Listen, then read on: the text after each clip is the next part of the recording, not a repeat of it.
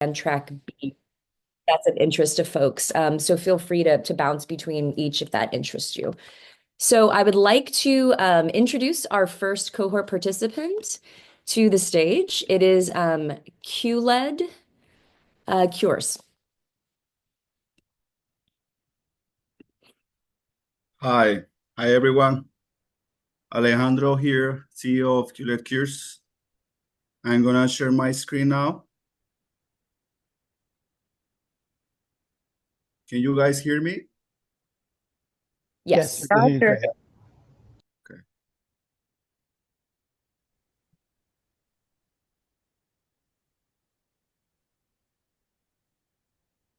Okay, I think I'm all set. Just let me know when I should start. Start whenever. Okay. Hi everyone again. Thank you for this opportunity. Special thanks to the Space Edge program team. We are QLEDCures, startup focused on developing user-friendly, cost-effective solutions to tackle challenges for impaired wound healing, musculoskeletal injuries, and life-threatening infections. Our aim is to provide reliable and efficient medical care to enhance the health and welfare of humans in space. Long-duration space missions pose unique challenges for cutaneous wounds and musculoskeletal injuries. Microgravity impairs cellular behavior, delays wound healing, and disrupts immune responses. Also, the limited space and medical resources restrict access to large equipment and emergency interventions. And radiation exposure causes DNA damage, chronic inflammation, and increases the risk of infection. Effective management of these issues will be critical for lunar and Mars missions and for commercial space stations.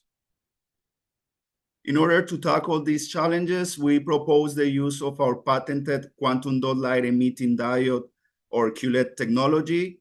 These flexible, low swap light source outperforms traditional light sources and can be seamlessly integrated with existing wearables, offering a scalable light therapy for multiple scenarios.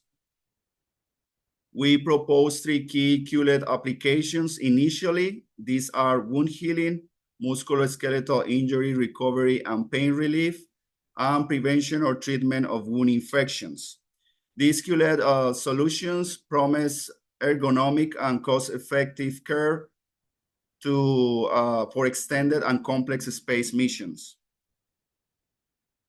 Preclinical studies demonstrate the efficacy of our QLED technology in phototherapy, exhibiting enhanced cell metabolism and cell migration, both crucial for wound healing, and also reveal significant reductions of multi-drug resistant bacteria, which is crucial for wound disinfection. We first aim to penetrate the advanced wound dressings and non-opioid patches market by integrating our QLED platform with existing products. Market projections for this emerging segment in a space are uncertain and based on R&D spending. However, sales history and multiple reports make Earth projections more reliable, and also all reports agree that the opportunity is substantial and growing for both environments. Accordingly, we aim to accelerate technology validation with the support of the space industry, and aim to ensure financial sustainability through early Earth market sales. Here we show our product and business development progress and the progress of our FDA regulatory strategy. We will pursue clearance of wound healing and injury management through the 510(k) pathway. And for the wound infection application, we will follow the pre-market approval pathway. As we grow and work to reach an MVD and product launch, we aim to collaborate with organizations like NASA, the ISS, and the VA in order to extend the reach of our solutions in both Earth and space. Our diverse team brings expertise across fields like engineering, healthcare, and medical device development, and our advisory team has extensive experience in both lighting devices and the industry and the photomedicine industries. Here we show the combined financial projections for Earth and markets and space markets. And finally, today we have made significant advances with the support of three STTR contracts, and we estimate funding needs of 1.2 million for wound healing and injury management, and 5 million for wound infection in order to reach product launch readiness. Thank you for your attention. I will be happy to answer any questions. Great. Thank you, Alejandro. We'll open it up to any of the panelists that want to give feedback. Thank you. Jamie, go ahead. Well, actually, it was more of a question. Very interesting idea and concept. And I was wondering, how amenable is this to 3D printing? Because obviously, how many do you think a crew would have to have on hand if they are going to spend a few months in low Earth orbit? And can you 3D print this material so you can make these things on demand as you need them? Yeah, good question. Thank you, Jamie. Actually, we plan to do manufacturing down here, just use the devices for application in either in LEO or deep exploration missions. So yeah, manufacturing is to be done down here. Thank you. Thank you. Luis? Thank you. And I'm just curious on the methodology here, Kelly. So this is where I ask questions and give feedback, right? Or are we waiting till the end to give feedback to everyone? No, it's now. Yeah. Okay, perfect. Pretty good job summarizing a lot of info very briefly, Alejandro. You might go to slide 4. I have a question. Slide 4? Yeah, of course. Okay. What is the wavelength of your the question is on the technology. What is the wavelength that enables that killing of pathogens? And I'm assuming, let's start with that. What is the wavelength? Can you say that? Yeah, of course. For wound healing and other beneficial clinical effects, we use the photobiomodulation treatment, which uses deep red wavelengths. These deep red wavelengths are around 650 or are above 650 nanometers. And in the case of antimicrobial photodynamic therapy, which needs the use of light with a light-sensitive drug, the wavelength of the light depends on the photosensitizer, the absorption of the sensitizer. We've been using photosensitizers absorbing in the range of 630 to 640 nanometers. Okay, great. So it's not the light itself that is killing the pathogens. It's part of a larger system that includes an actual therapeutic that the human has to. Can you repeat the question? So I'm just curious, did I understand correctly that it's not the light itself that is killing the pathogens? The light activates something that the person had to take the pharmaceutical. Yes, it's a synergy effect. The interaction between the light and the light-sensitive drug or photosensitizer produce the ROS or reactive oxygen species, which eventually kill the pathogens. Interesting. Okay.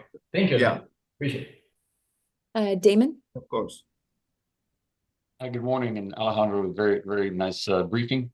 My question is whether or not you have examined using this technology to basically mimic ambient light so that it can assist, day-night sleep cycles and natural metabolizing or creation or vitamin D contributions that you get from natural sunlight.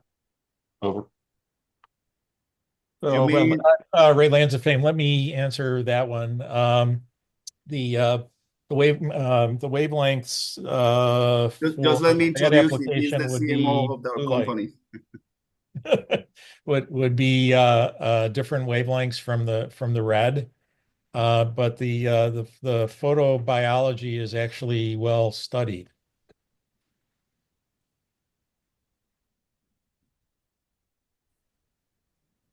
Thank you, Raymond. And Brian, and just as a reminder for the comments, if you could also let us know who you're affiliated with, that would be helpful. Thank you. Sorry. No, it's okay. Hi, good morning. I'm Brian Burnett. I'm actually part of Vanderbilt and also trained as a biochemist, have a lot of experience making medicines. I think this is a fantastic idea. I love this idea. So it's really original, and it really, once you can, it's hard to move stuff and make it work. But this, I think, solves a lot of problems. So I think it's a great idea. I like the applications. I'm curious, do you have a target product profile that has been drawn up for your applications? Target product profile. Could you clarify that? So what that tells you is it's kind of exactly what you want it to do. It's what is the indication, how you're going to make it, how you're going to sort of use the device or use the drug. I can send you some information on that, but it really just tells you what your solution is on one page. I will let Dr. Raymond elaborate more on this if you allow me, but essentially we have a conceptual design for our MVD, our minimum viable demo. It's not the QLED itself. It's a device composed of several layers, which each with a specific role. We will need in our plan. We are planning to partner with a medical device company so we can do the final assembly by introducing transparent dressing, fabric covers, and also flexible flat batteries in order to operate the QLED. So in this moment, we have been pretty much focused on the optimization and reliability of the QLED. But next steps towards an MVD is to conduct that integration of other components.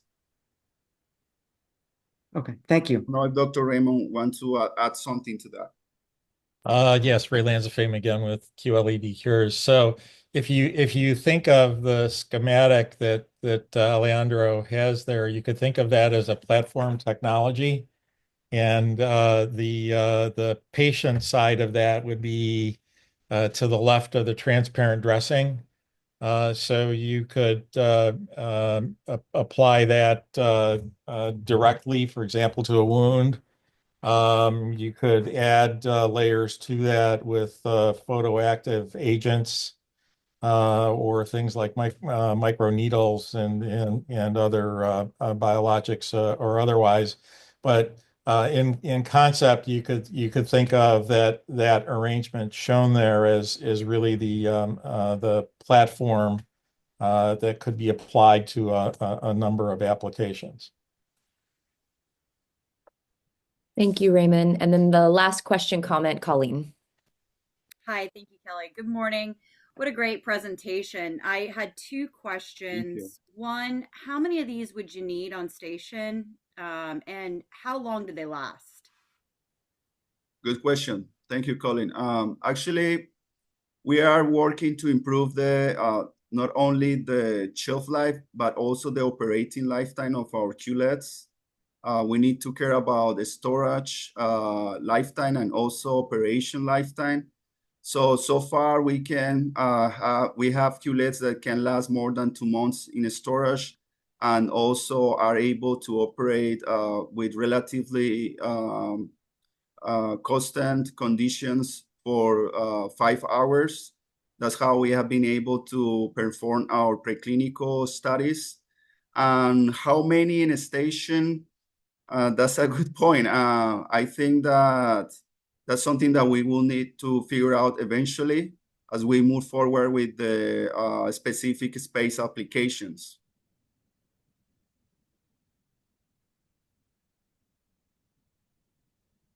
Thank you, Raymond. Thank you, Alejandro. Fabulous presentation. And thank you for kicking off the session for us. So great job. No, thank you all of you for your efforts and for giving us this opportunity. Great. Thank you. Okay. All right. So the next presentation is going to be from Baregamian Endocrine Neoplasia Laboratory.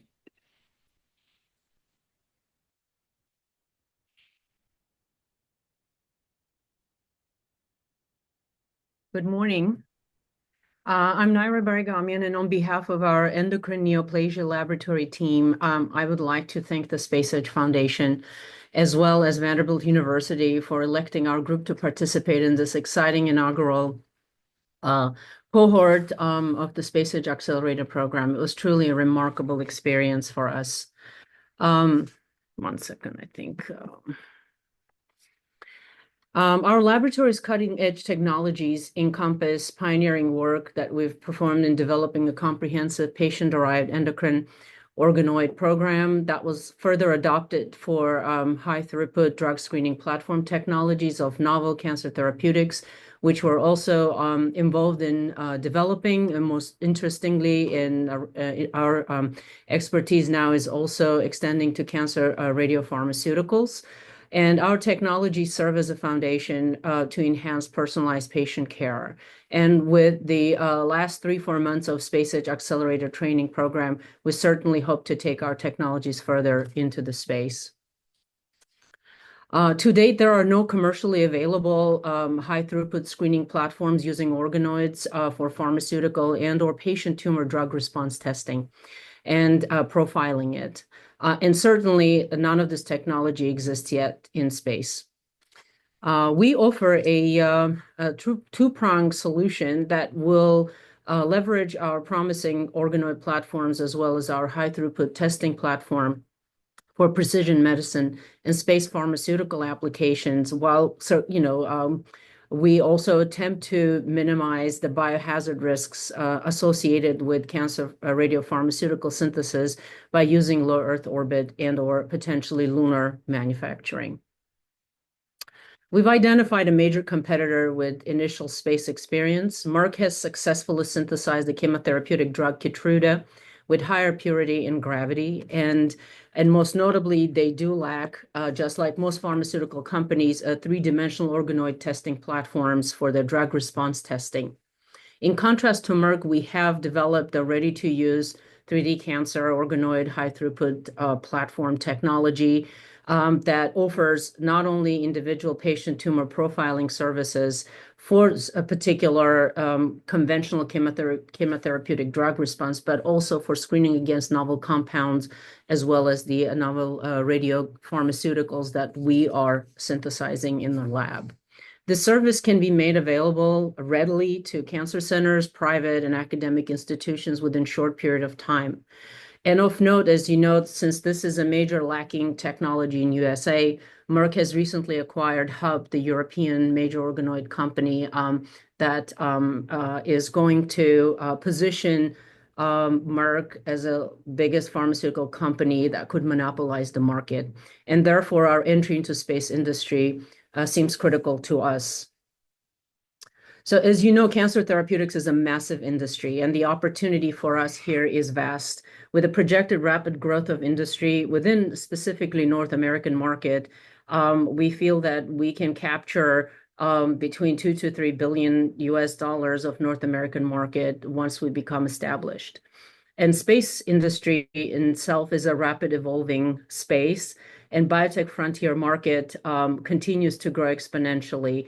As you know, anywhere from $1.2 to $5 billion in next year or two, it will potentially grow even faster. And we aim to at least capture the frontier market at the entry point of $10 million. We have developed a comprehensive business plan for the next 5 years that would enable a startup, a launch with initial seed money funding that would help leverage our existing established organoid technologies.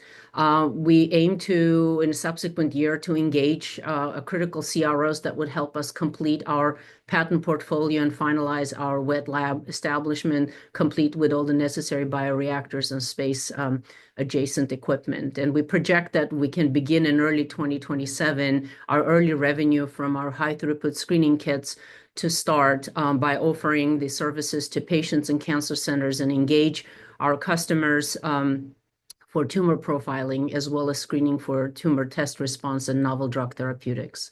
We anticipate that while we are gaining hold in early revenue, we will continue our R&D and complete our prototype development and testing in microgravity for space applications and enter the next phase of payload design and mass manufacturing in space, and enter, hopefully in 2030, the launch of All LEO. right, Naira, I'm going to have to cut you off there. Okay. All right. So I would love to take questions next. Thank you very much. That was a great presentation. Who has any questions or input? Luis? I was doing double there, clapping and raising the Thank you. Thank you, Naira. Can you go back to your timeline for the business development part? So do I understand correctly that you expect to have revenue before going to microgravity? Correct. These are for the terrestrial applications of our organoid-based high throughput screening for cancer therapeutics and response. Okay, so you can develop the three-dimensional organoids on Earth. You do not need microgravity for that? Correct.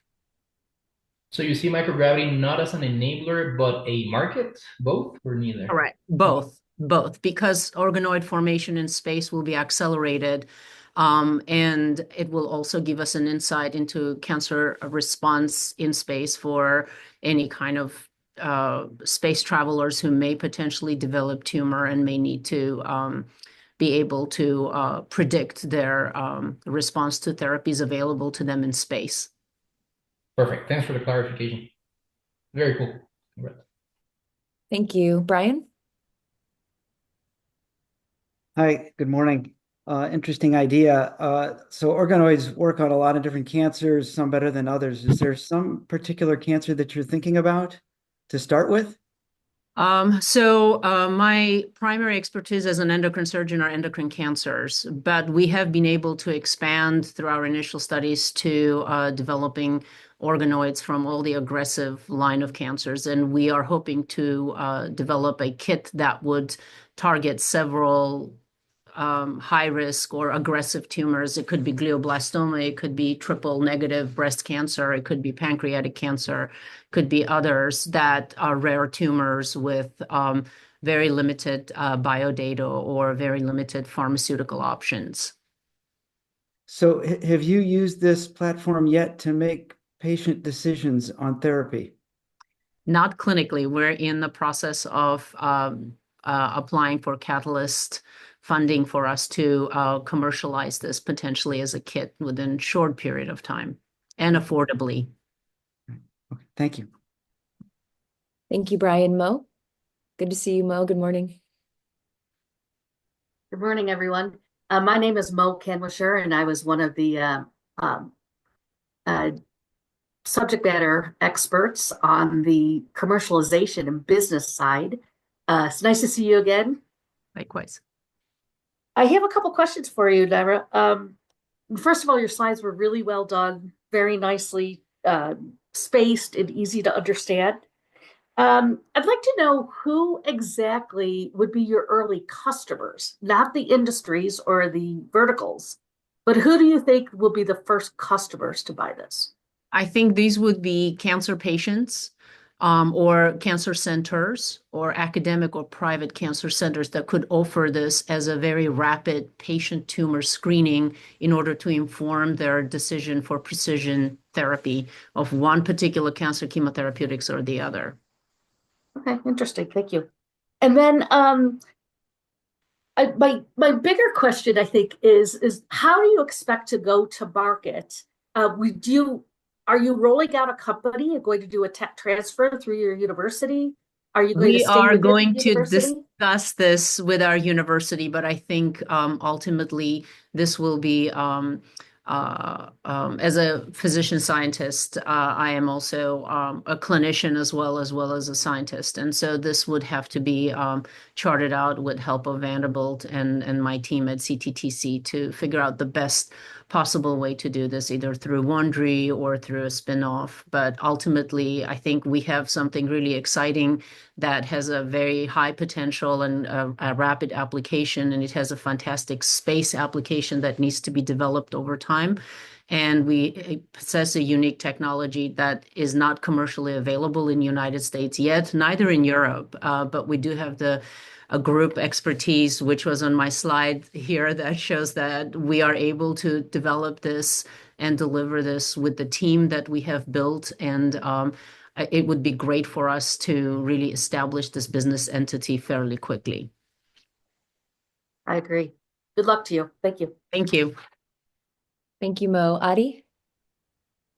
Hi, thanks. I'm Aditya Raghunandan. I'm from the University of Michigan. Great talk, very exciting. I'm a little bit in this space, and I had one question.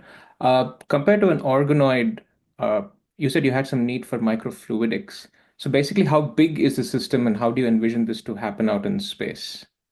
Where we are, because of the limited time, yes, most of my work now is done in microfluidics from research end.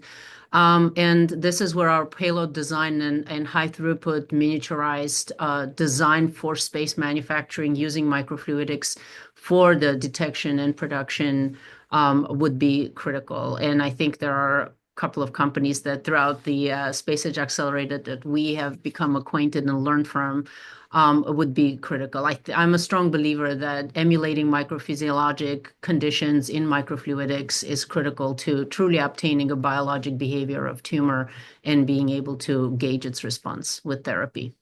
I see. So you're with the product, the final product that you envision is a microfluidic based diagnostic system. Not in space, but I mean, I'm sorry, not terrestrially, but in space, yes. Space, yeah. Okay. All right. That makes sense. Thanks. Thank you. Rihanna? Hi, Rihanna Bokhari with the Baylor College of Medicine and Trish. So I'm just, great presentation, very interesting. My question is about timing. So are you making these organoids out of iPSCs, or are you making them so that they're specific to that individual? Or are you making them out of, in the vein of precision medicine, or are you making them out of existing cells? Because my understanding is the timeline for making iPSCs is months, not days. This platform is cancer-based. This is all patient-derived cancer, tumor-derived. This truly captures patients' tumors. And having had worked and familiar with all of that, I completely agree and echo all of that. And I think time is of essence. And based on our high throughput platform that we have developed using patient organoids, those are very rapid process under 2 weeks before organoids themselves, even cancer organoids, develop a genetic and metabolic shift. Yes, it's fairly rapid. So we've done that technology already, and that's part of the disclosure with our CTTC at Vanderbilt at the moment, and we are in process of potentially launching very soon our portfolio application. Very exciting. Thank you. Thank you. Thank you. And Luis, you got the last comment question. Perfect. Thank you. Yes, it is a question comment. So, do I understand correctly that you are going to do in-house the hardware? So when you say microfluidics and the platform, meaning that you're doing both the science as well as the hardware? I think this is where the importance of engaging the right CROs and being able to either do it in-house or as a separate standalone business it's to be determined. But initially, before the space component is developed, this would be an in-house service that we envisioned initially that would become a university-offered service for national and global consumption. Perfect. Okay, so based on that, I do have one piece of advice, and for context, I worked on 3 payloads for cancer research in space where we grew 3-dimensional structures, and then we tested it for pharmaceuticals, both its efficacy as well as toxicity on healthy cells. the hardware is non-trivial, especially if you're doing microfluidics, bubble trapping, all these little things, that's where the devil lies. So what I would advise is maybe not reinvent the wheel. Two things. One is try not to reinvent the wheel and partner with somebody who has already done it, see if they would be interested. And the other one is when you're doing your ground testing, do it in hardware that is as equivalent as possible to the flight hardware. Because as you know, with biology, once you change the hardware, you're going to start seeing different results. So having that flight hardware from the beginning would be ideal. Absolutely. And that's one of the things that is in my key partners request to be able to engage with people who have extensive expertise in all of that. Perfect. Congrats. Thank you. Great. Thank you, Naira. Fabulous presentation. Really appreciate your time today. Great. So up next, we have Melts. Alrighty, hello everybody. I'm just going to pull up the presentation real quick.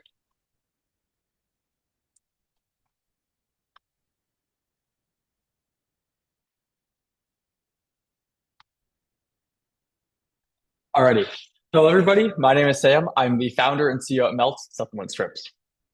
Our vision at Melts is to transform nutrient delivery, making it faster, more convenient, and more efficacious than ever before for instant biological optimization. Oops.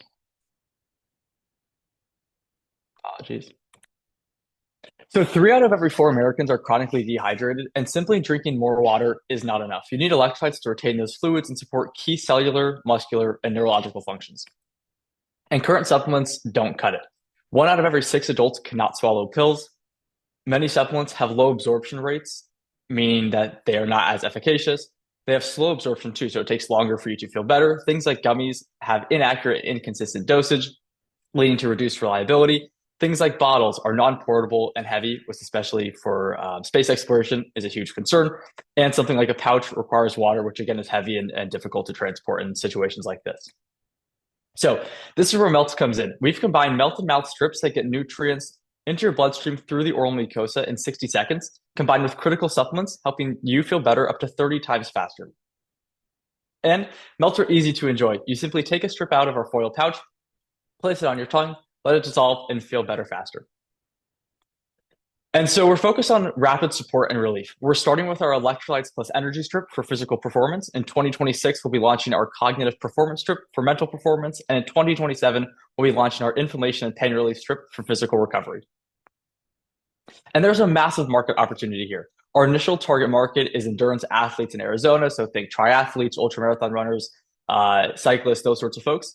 And then as you can see, once we scale up to our SAM, now we've included other folks like manual labor workers, aging adults, students, office employees, space explorers, and individuals with chronic pain conditions. And we expect that market to be valued at $394 million. And Melts isn't just for astronauts and endurance athletes, it's for fitness enthusiasts, office employees, firefighters, military, construction workers, delivery drivers, warehouse employees, aging adults, the airline industry, cancer patients, pregnant mothers, and more. And obviously, my team and I think Melts are great, but don't take it from us. Listen to Julia Long, the former dietitian at the Houston Rockets and Cubs, or Michael Schufelt, a former Air Force pilot turned biotech VC, or Ryan Biors, the former director of global partnerships at Ironman. So our growth comes from 2 scalable engines, D2C, so our website and Amazon. Those are single-time purchases, and we also have a monthly subscription available. Those sales are powered by our efficient digital marketing. And our second scalable engine is our B2B component. Those are automatic monthly shipments, and those customers are secured by our business development team. Looking at our go-to-market strategy, we begin with a grassroots approach. So think direct marketing to organizations, dietitians, as those folks are the ones buying product for their top performers. Also marketing, like I said, to endurance athletes, wellness enthusiasts, and biohackers. We'll be building community through free strips for rapid trials. So not only will it help us get the word out faster, but also for our B2B clients, helping bring on those folks earlier. And then pair that with educational, entertaining social media content, along with event sponsorships. We expect to have a pretty loyal fan base built up pretty soon. We'll be selling a 20-pack for $12.99 and then our 60-pack for $32.99. And Melts makes money on every strip. Like I said, so this is for the 20 count tin of the electrolytes and energy strips. Pre-volume, our margins are pretty good. Post-volume, our margins get a lot better. And we have a phenomenal team. My director of manufacturing operations, Mike, has over 30 years of experience with supplement formulation and manufacturing. He's owned 7 facilities himself and formulated products for groups like GNC and Monster. On my advisory board, I have Josh. He's an incredible serial entrepreneur, done over $100 million in retail sales, specifically for supplements. And then Jim and Steve have both helped lead multi-billion-dollar publicly traded companies and had exits of their own. So we just opened a round last week, raising $700,000. We already have some money committed. To present, we have bootstrapped along with a $50,000 investment from ASU last spring. And we are very excited. 2025 is the year is finding product market fit for us and bringing product to market after 13 months of R&D. Thank you so much. I'm Sam with Melts, and we're advancing nutrient delivery one strip at a time, making it faster, more convenient, and more efficacious. Thank you, Sam. Great job. We'll open it up to questions, comments, starting with Adi. Hi, great presentation. I felt like I was on Shark Tank. Anyway, a question for you. What is the equivalent water quantity of one strip? So let's say I take one strip. How much water does that replace?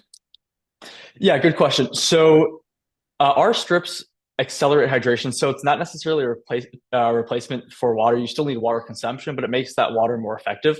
We will be running studies either with ASU or potentially UCF later in this year to determine exact absorption rates, what the equivalent would be for an answer like that. So it's not a replacement, but more so an accelerator and making that water more effective. Okay, thanks. Jamie? Yeah, great presentation, Sam. And as the University of Florida Gatorade University, we're super excited that you were able to participate as part of our hub. So question for you for spaceflight. What's the, do you have any data yet on shelf life of these products as they're being, under potentially radiation, lower levels radiation or microgravity, those kinds of environmental conditions? Yeah, great question. So on Earth, we're looking at around 18 months for shelf life. In space, we understand that situations are different. And so one thing we're looking to do is a chemical composition analysis where we send strips up to one of the new laboratories or space stations, keep strips up there for, let's say, a couple months to a year, bring them back down, see which changed, and then if things have adjusted in a way that we didn't intend in a positive way, adjusting formulation to make sure that the product is stable and lasting in space. Outstanding. Thank you, Sam. Yes, thank you. Thank you. Mo? Hello, nice presentation. I'd like to ask a couple of questions. First of all, competition. So I know, not being a technologist and being a business person, that there's plenty of solutions out there like this. What is directly competitive to these strips? Yes, good question. So no direct competitors in regards of the electrolyte strip in the US. Indirect competitors, so we have pouches like Element, Liquid IV, Drip Drop, things like that. We have Gatorade and Powerade for the bottles.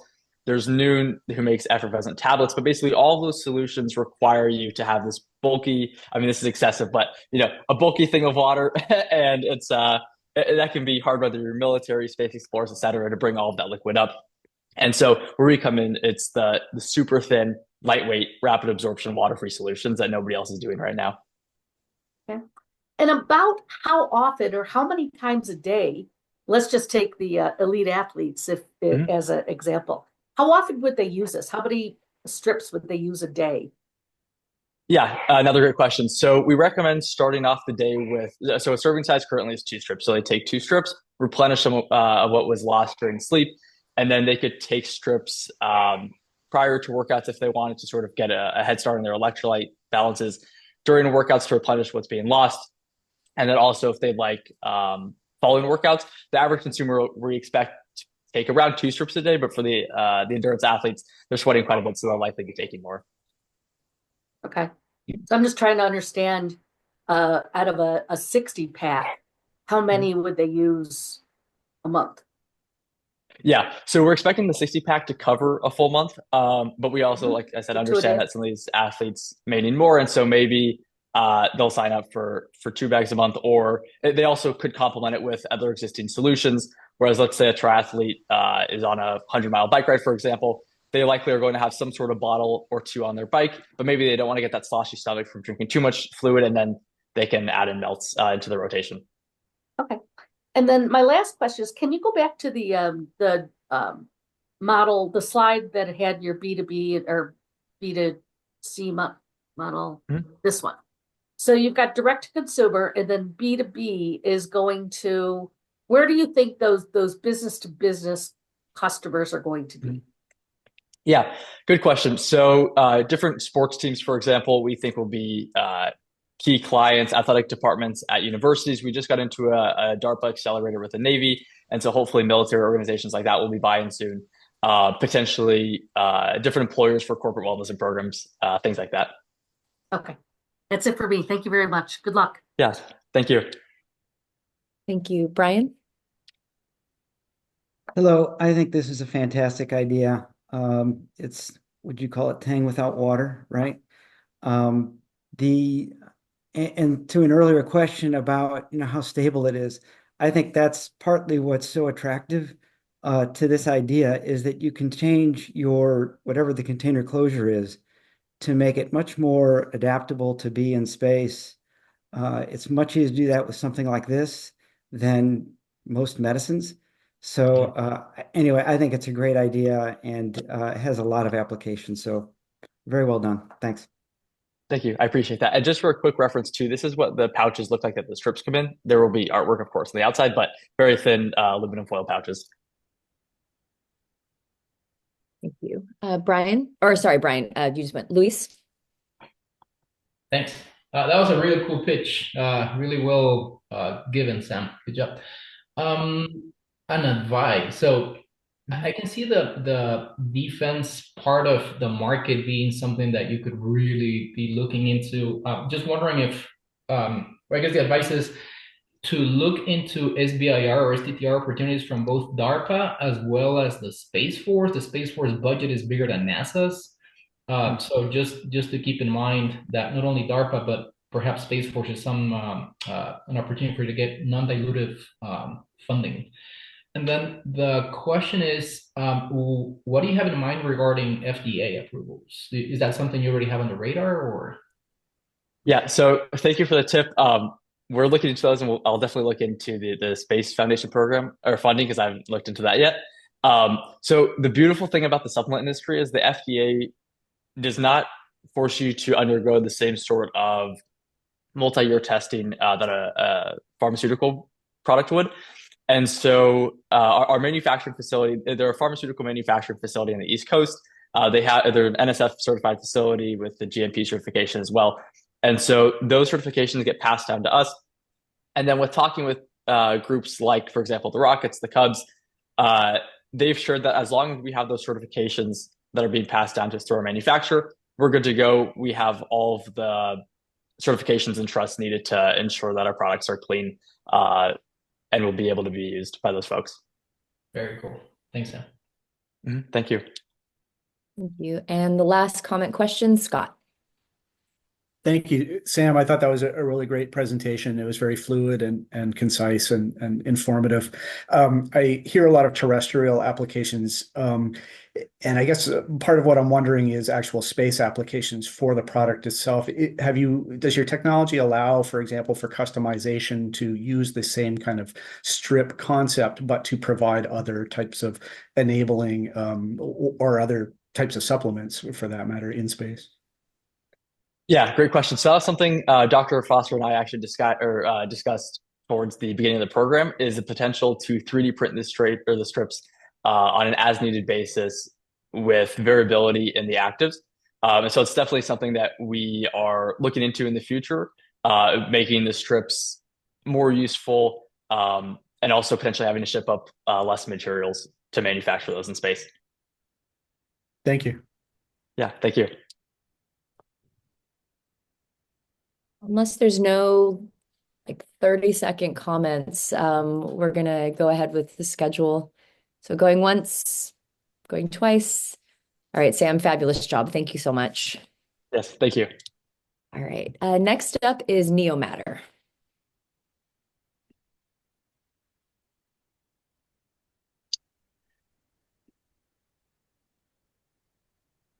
Hello? Hi, we can hear you. Can you guys see my screen? Yes. Yeah, we can. All right, I'm going to start now. Good morning, everyone. I'm Kamesh from the Beyond Center at ASU, representing Team Neomatter. Our work is inspired by a profound idea into the journey of all life in our planet Earth. It begins from a single cell, and within this single cell is contained a potential for extraordinary innovation, including, we believe, the key to explore the infinite frontiers of the universe.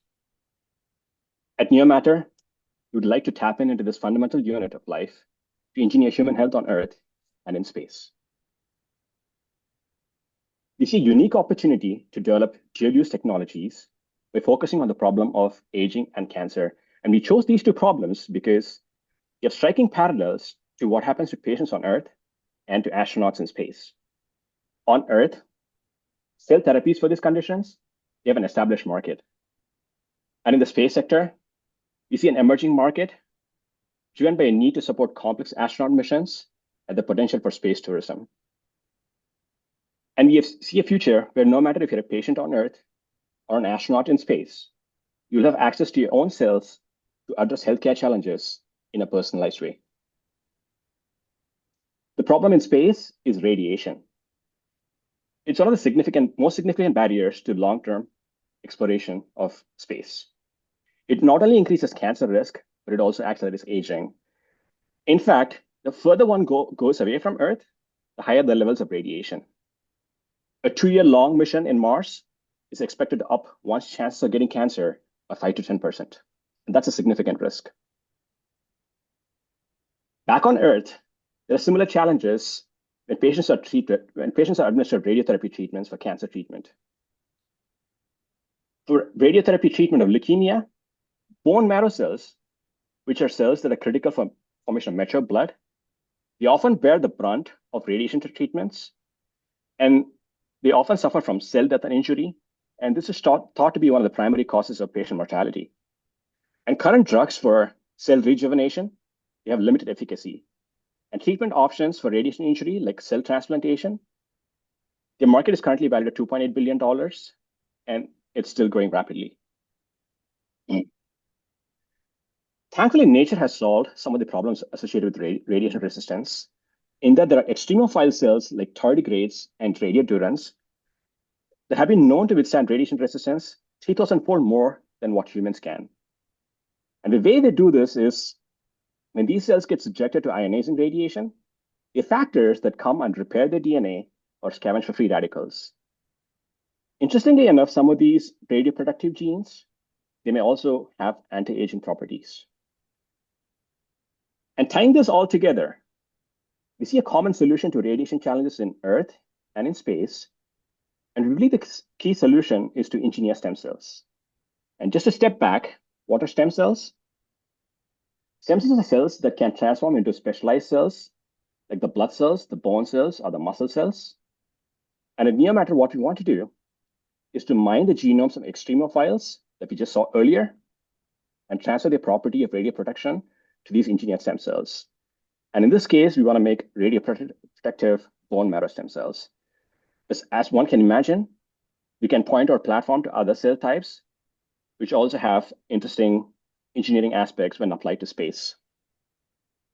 What we are doing here at Neomatter is to piece established technological components that have been disparate and putting them together in a unique way to create a new differentiator.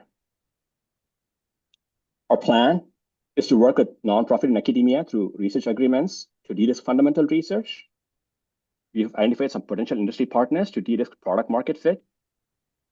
And within Neomatter, we want to build our own internal platform for radiation studies and build revenue through B2B deals and advance our mission. We're still structuring a launch path because we realize we are at really early stage, but here is an outline.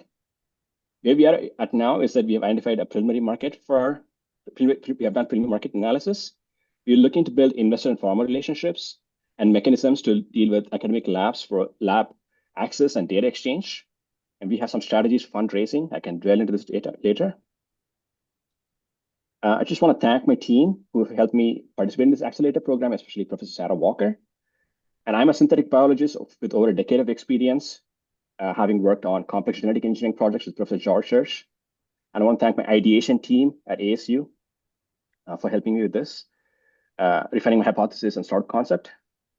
And we are looking to add more technical team members. I want to thank everybody for your time, and I'm open for Q&A. Thank you. Thank you, Kamesh. Adi, over to you. Hi, thank you, Kamesh. That was a great talk. And I also have a lot of interest in this area, trying to develop aging on a chip. So your option is to use the radiodurans biology and replicate it in stem cells. How do you That's go right. about addressing aging? Is it you're trying to reproduce how radiodurans combats aging and sort of reproduce it in a stem cell? Yeah, so good question. One of the things we have noticed, and this is published work, is that some of the genes that have been found to help with radiation resistance in tardigrades or radiodurans, when transferred to mammalian cells, they impart certain kinds of radiation protection properties on these, and this is published work. I can pull up some of those references. That's okay. So we're just trying to build on top of that, but it's not been applied to stem cells insofar as we know. And I think that would be a unique differentiator that we're looking at. I see. And how do you establish some of the biomarkers for aging on a stem cell? Normally, that's a pretty big challenge in the field, right? It is. They're young and they like to reproduce very fast. So getting them to have senescent markers seems to be a very big challenge in the field. I was wondering if you had some data or some ideas on how you're going to do it. I have to admit that I'm still learning about this field a lot. One of the things I've learned is that when people transfer these new factors into stem cell, the first thing they do is see if they actually still retain their stem cell property, if they can have pluripotency, self renewal, or even survival. So we're going to have to start with some initial proof of concept on those things. And then in terms of stem cell aging, I think what I was thinking more of was to see, and if these stem cells are abused by radiation, are they expressing some stress markers? And if these trans factors are sort of ameliorating those things. And I think those were the kinds of markers I was trying to go for. I will be going for if I push for these kinds of studies. I see. Okay. Yeah. That makes sense. Okay. Thanks. Yeah. Thank you. Are there any other questions or comments? Mo? Hello. Hey. I would like to, I am a business person. I am not a medical doctor. I'm not in the bioscience. And it would be really helpful for people like me that sit through these types of presentations and are often the decision makers regarding your products to have a very basic slide in here like this one that talks just a little bit more about why this is a problem and what you are achieving with this. So I work only with CEOs who have very highly technical problems. And one of the things that get into when we talk about pitches is that depending on who your audience is, they don't understand the nuances of the science behind it. And so you have to really do a good job of putting a foundation slide so that people like me, who are business people and not scientists, can understand what it is that you're providing.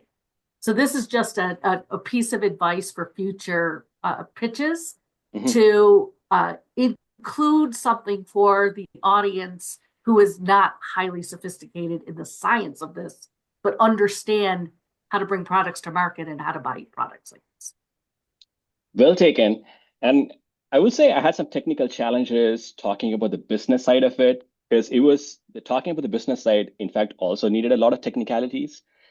And I wanted to keep it a bit high level for this. But answering briefly to your question on what the business proposition of some of these things are, I'll just offer that there are established cell therapy markets, like the one I'm talking about, which is for cell transplantation.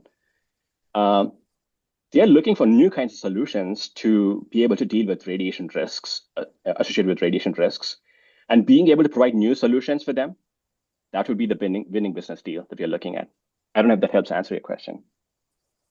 It does. I wasn't even so much asking a question as I was providing some feedback for future presentations that, depending on who your audience is, and if there's people like me in it, which I hope you have, because you need people who are business people to be hearing what you're putting out into the market, there needs to be just a little bit of really low level. Here's the problem. Here's the solution. Got it. Thank you. You're welcome. Thank you, Mosley. Got it. Yeah, I'm on a similar boat where it's more of a feedback, but also a question. And this comes from both the science and the business side. So when you're, I'm glad you have this light, because I really, the terrestrial market really is where it is. Or the pitching part of space. We currently have a paper on the review on Cell. I had a payload in Artemis 1. I was looking at radiation damage. So this one around the moon, radiation damage and repair mechanisms, using 12,000 mutants of yeast. So going back to synthetic biology. And spoiler alert, there was barely any difference, both in the radiation environment as well as on damage of cells, how they repaired past the Van Allen belts, past the magnetosphere in deep space, with respect to ISS or ground, which is surprisingly low radiation. Of course, that, you know, if you are under bad solar weather, there's an SPE or something, everything changes, right? But I think it's good when you're pitching the space part. As you probably heard on the news yesterday during the inauguration, there's a new focus on Mars, on putting on Mars. So that's going to be a completely different ballpark because of durations. So, or when you're pitching the space part, I would suggest focusing more on the Mars part. And then the question that I have is, what I still don't understand, what is the product or service that this business is about? So did I understand correctly that you are suggesting on modifying human cells and then putting them on the human body, or what is it? Yeah, so there are specialized cells called hematopoietic stem cells. And these cells, they need to be rejuvenated during radiation treatment. And during repeated radiation regimes, these cells get injured over and over again. And some of the drugs right now, they don't do an enough job of rejuvenating these cells, and patients often die from radiation treatment.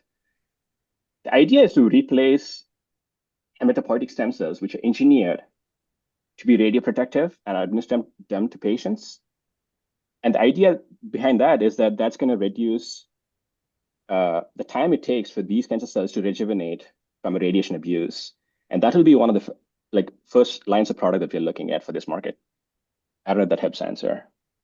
Yeah, so I'm familiar with stem cell and microgravity in terms of expansion, differentiation, whatever it is. There's different foci that you can have there, but I'm still not clear whether the idea here is that you introduce, for example, tardigrade, radioprotectant related genes into the human cell that goes into the human, and then it's just going to keep, doubling in that human. Is that correct?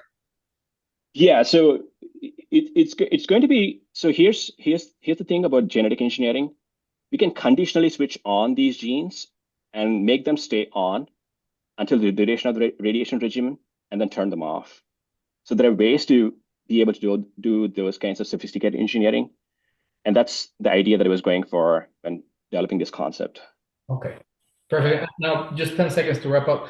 A suggestion here is that a lot of folks hearing this pitch may be worried on the ethics of it. So perhaps just mentioning something about that may be helpful to make sure no doors are closed because of misunderstanding or not enough time to pitch the whole thing. No, that's a great question. I was expecting that.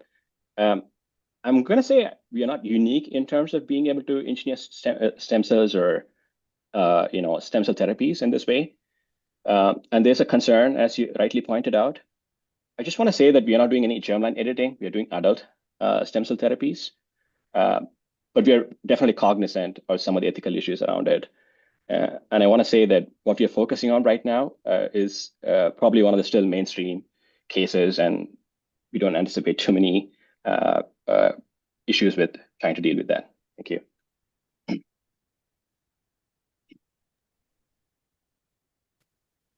Thanks. We have time for one more quick comment question. Colleen? Thank you. I'm going to call back a little bit to what Mo and Lewis were talking about because I have a lot of notes very similar. The tardigrades, again, so I'm on the commercial side as well. I'm affiliated with both ASU and with Vanderbilt. I was a little confused by the slide with the tardigrades. There wasn't for me. I was confused by that on the science part of it, but I think the two things, and you had a slide on growing your team. You know, when you're talking about stem cells, obviously radiation, when we go to Mars, obviously it's exponential. You know, I think that the moral issues or the legal issues, maybe add a lawyer to the board to go, you know, look into something with this, especially when you're talking about human test subjects or mammals or however y'all are going to do it. I mean, certainly we need to address radiation in a big way. But anyway, I think it's fascinating science, and I appreciate you sharing it. It takes a lot of courage. And obviously you've done your homework, but maybe on a sales and marketing thing, make it a little bit more accessible with it's very technical. Thank you. Good feedback. Thanks, Colleen. Great job, Kamesh. Thank you so much. Thank you. And then our last presentation in this block before we take a break is GatorSpace. Thank you. Can everybody see my lead screen? Yes, we can. Great.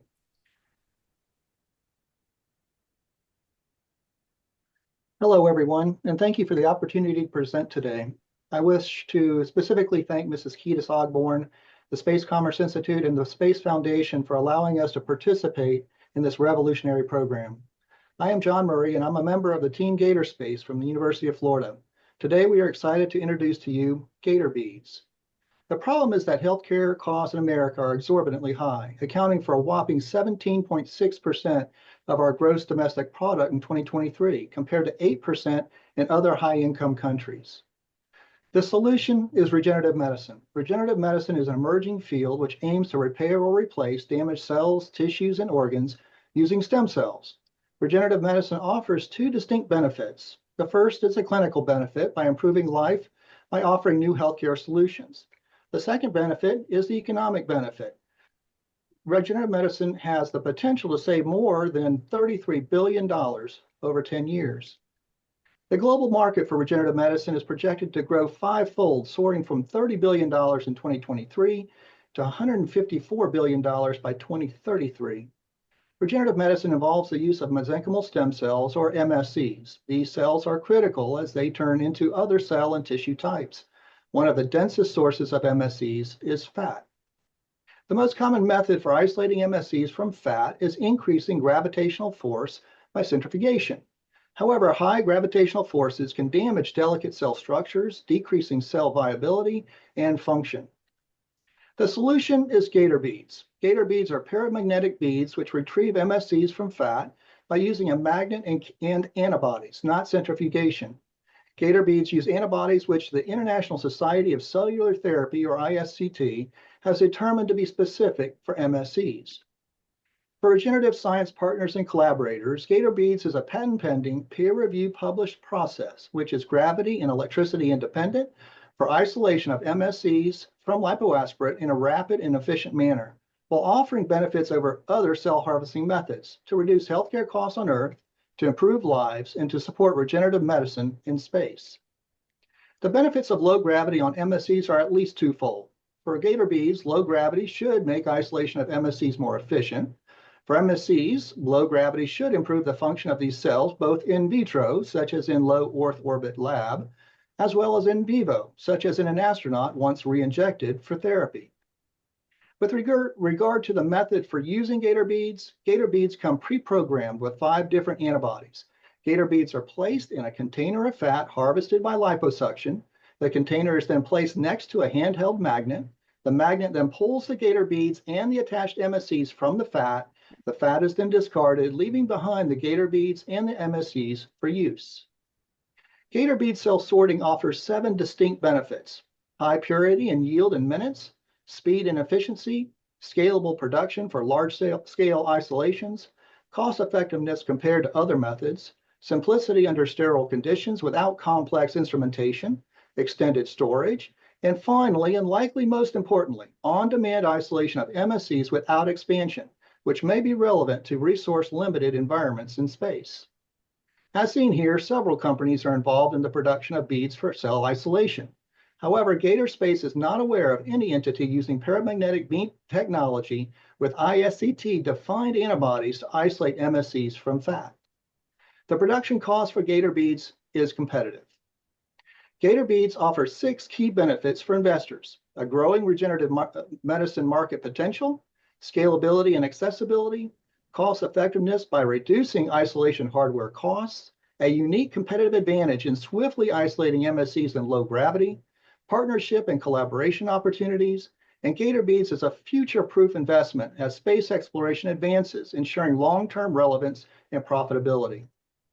The FDA now permits the clinical use of MSCs. Just last month, the FDA approved RyanSil, a first MSC therapy. RyanSil uses paramagnetic beads to isolate MSCs from bone marrow, not fat, and the cells are then culture expanded, not used as freshly isolated cells. Donor samples are then harvested, expanded, and stored, making RyanSil an off-the-shelf MSC application.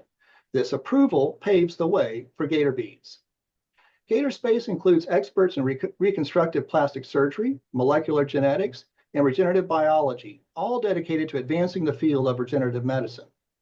GatorSpace is seeking partners and collaborators to validate and optimize Gator beads, achieve commercialization, and continue growth in downstream innovations. We invite you to join us in our mission to retrieve, regenerate, and improve lives.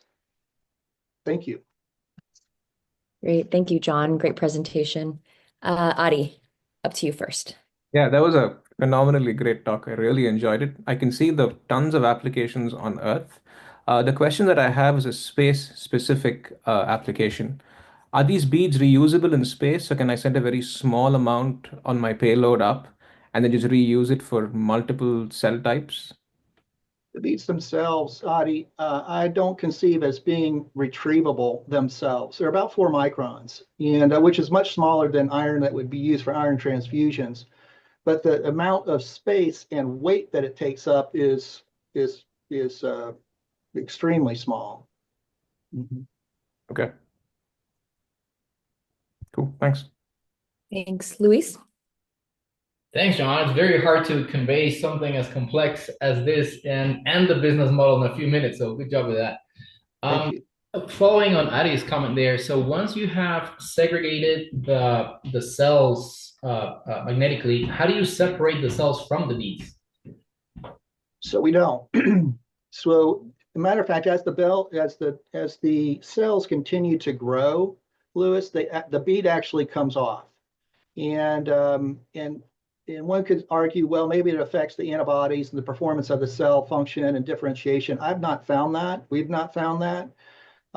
It may be the case, but nonetheless, as the antibodies then cycle through, the beads come off.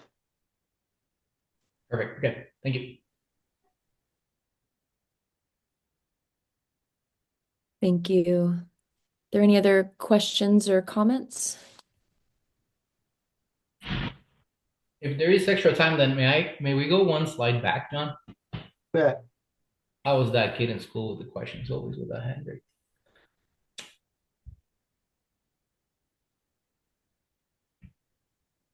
Luis, did you have a follow-up or you just wanted to send it back? Yeah, no, I think that is so you're saying go from 96,000 to 1 million stars per milliliter. So are you actually doing expansion in space or? No, absolutely not. I'm trying to avoid expansion. And so when one looks at the data with regard to MSC densities within fat, it's about 1,000 times more per unit volume than bone marrow. And so my concept would have been, would be that, well, gee whiz, everybody, liposuction is the second or third most popular procedure, at least in America. And it's like, why not even take 5% of that lipoaspirate, isolate MSCs from that? And of course, you can then use that in space as well and back to Earth again. But no, the idea is to isolate cells in clinically useful quantities as primary cells. Yeah. Perfect. Thank you. Dr. Murray, I have a question. Bill Mooney, Bimini Hey, Health Bill. Tech.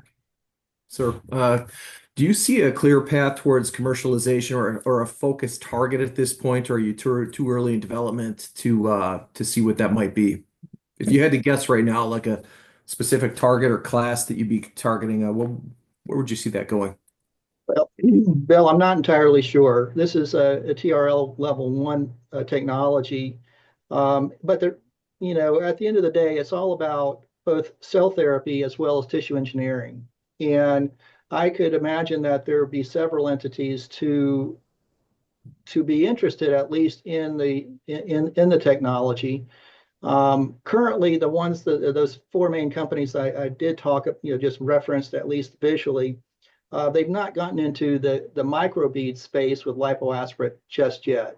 And that has a long history because of the hematopoietic stem cell history and peripheral isolation of cells and so forth. So I think the landscape is rapidly coming where we will learn who those stakeholders are with using MSCs from lipo. So it's hard to tell, at least for me. Thank you. Great. Jamie? Yeah, I was kind of going to cycle back to Adi's question about recovering the beads. And even though there might, up in space, every milligram is like you have to get that up there. So it might be worth exploring, and especially then as you answered Luis's question, saying that these beads just fall off. There might be a step where you could recover these beads and just remove them so they don't get into other things. Because in microgravity, everything goes everywhere, right? So I don't know your procedures. I would have to look at it, but it might be worth cycling back and thinking about that question for when you actually design your next space flight experiment. So just sorry, I had raised my hand during the lull there, but it seems like you got more questions here, so I'll shut up. I appreciate it, Jamie. Thank you. Thanks, Jamie. Adi? I have maybe a little bit of a silly question. Don't astronauts have to be extremely fit so they have low fat and levels? So how do you, if it's going to be a long-term space mission, do you think you can actually get enough MSCs in space? Let's say you're going to Mars. Do you have enough tissue Yeah. available in space to be able to isolate it? Right, Adi. Yeah, exactly. MSCs are really unique in as much as they actually renew themselves. They can actually go down as a progenitor cell. I'm going to become an osteoblast and actually turn back around, become an undifferentiated cell and back to a cardiomyocyte. But as time progresses, as spaceflight continues, yes, even the MSCs in that astronaut do renew. So it's almost like a unlimited supply. It's pretty amazing. Yeah, so you don't necessarily need a liposuction surgery on space to recover these cells, right? You can, just under a little hand lipo under local is all you need. Everything you can put into a kit less than 2 pounds. So, Great. Yeah. Cool. Thanks. Adi, go ahead. No, that was my question. Oh, I'm sorry. Yes. I didn't know if your hand was still up for a follow-up. Anyone else? We have time for about one more question or comment.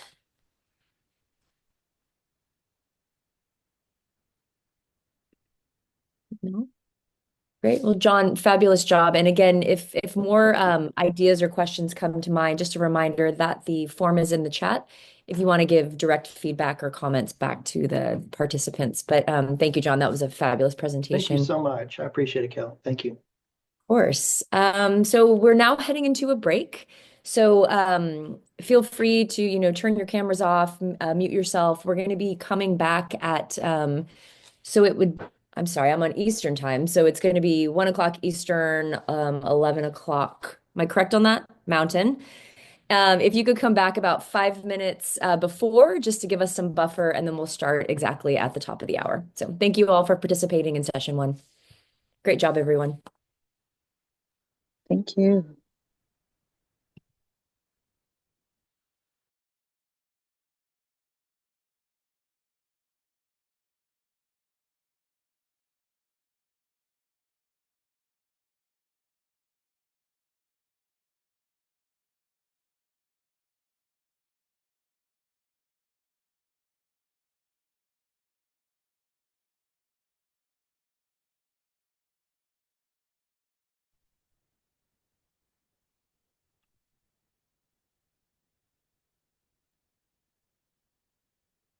Welcome back, everyone, or welcome to session A or section A. We will get started in about a minute. We're just going to let some other folks come back from break. I do want to point out for folks that might be just joining us that if you've used certain links, you may be named Scott Perry or Cam, and so you may want to just change the display name on your screen. Not that there's anything wrong with either of those. Definitely not. Do that. And if you are just joining for this second half and missed the first half, just a reminder of some rules of the road. So each presentation is, each team gets 15 minutes total, 5 minutes for presentation, 10 minutes for Q&A. We're going to open it up. Just please, raise your hand using the, the React button, and then I will call on you. Also, there's going to be a form linked in the chat for anyone to be able to add additional comments or questions for the teams. For anyone who is asking questions or giving comments, just please, after announcing your name, just let us know your affiliation so the teams know who you are part of and who you are representing today. And we're really happy to have you. Thank you for participating. The conversations in the first half of this have been really great, and we've had fantastic questions and really great presentations. So I'm excited for this second half.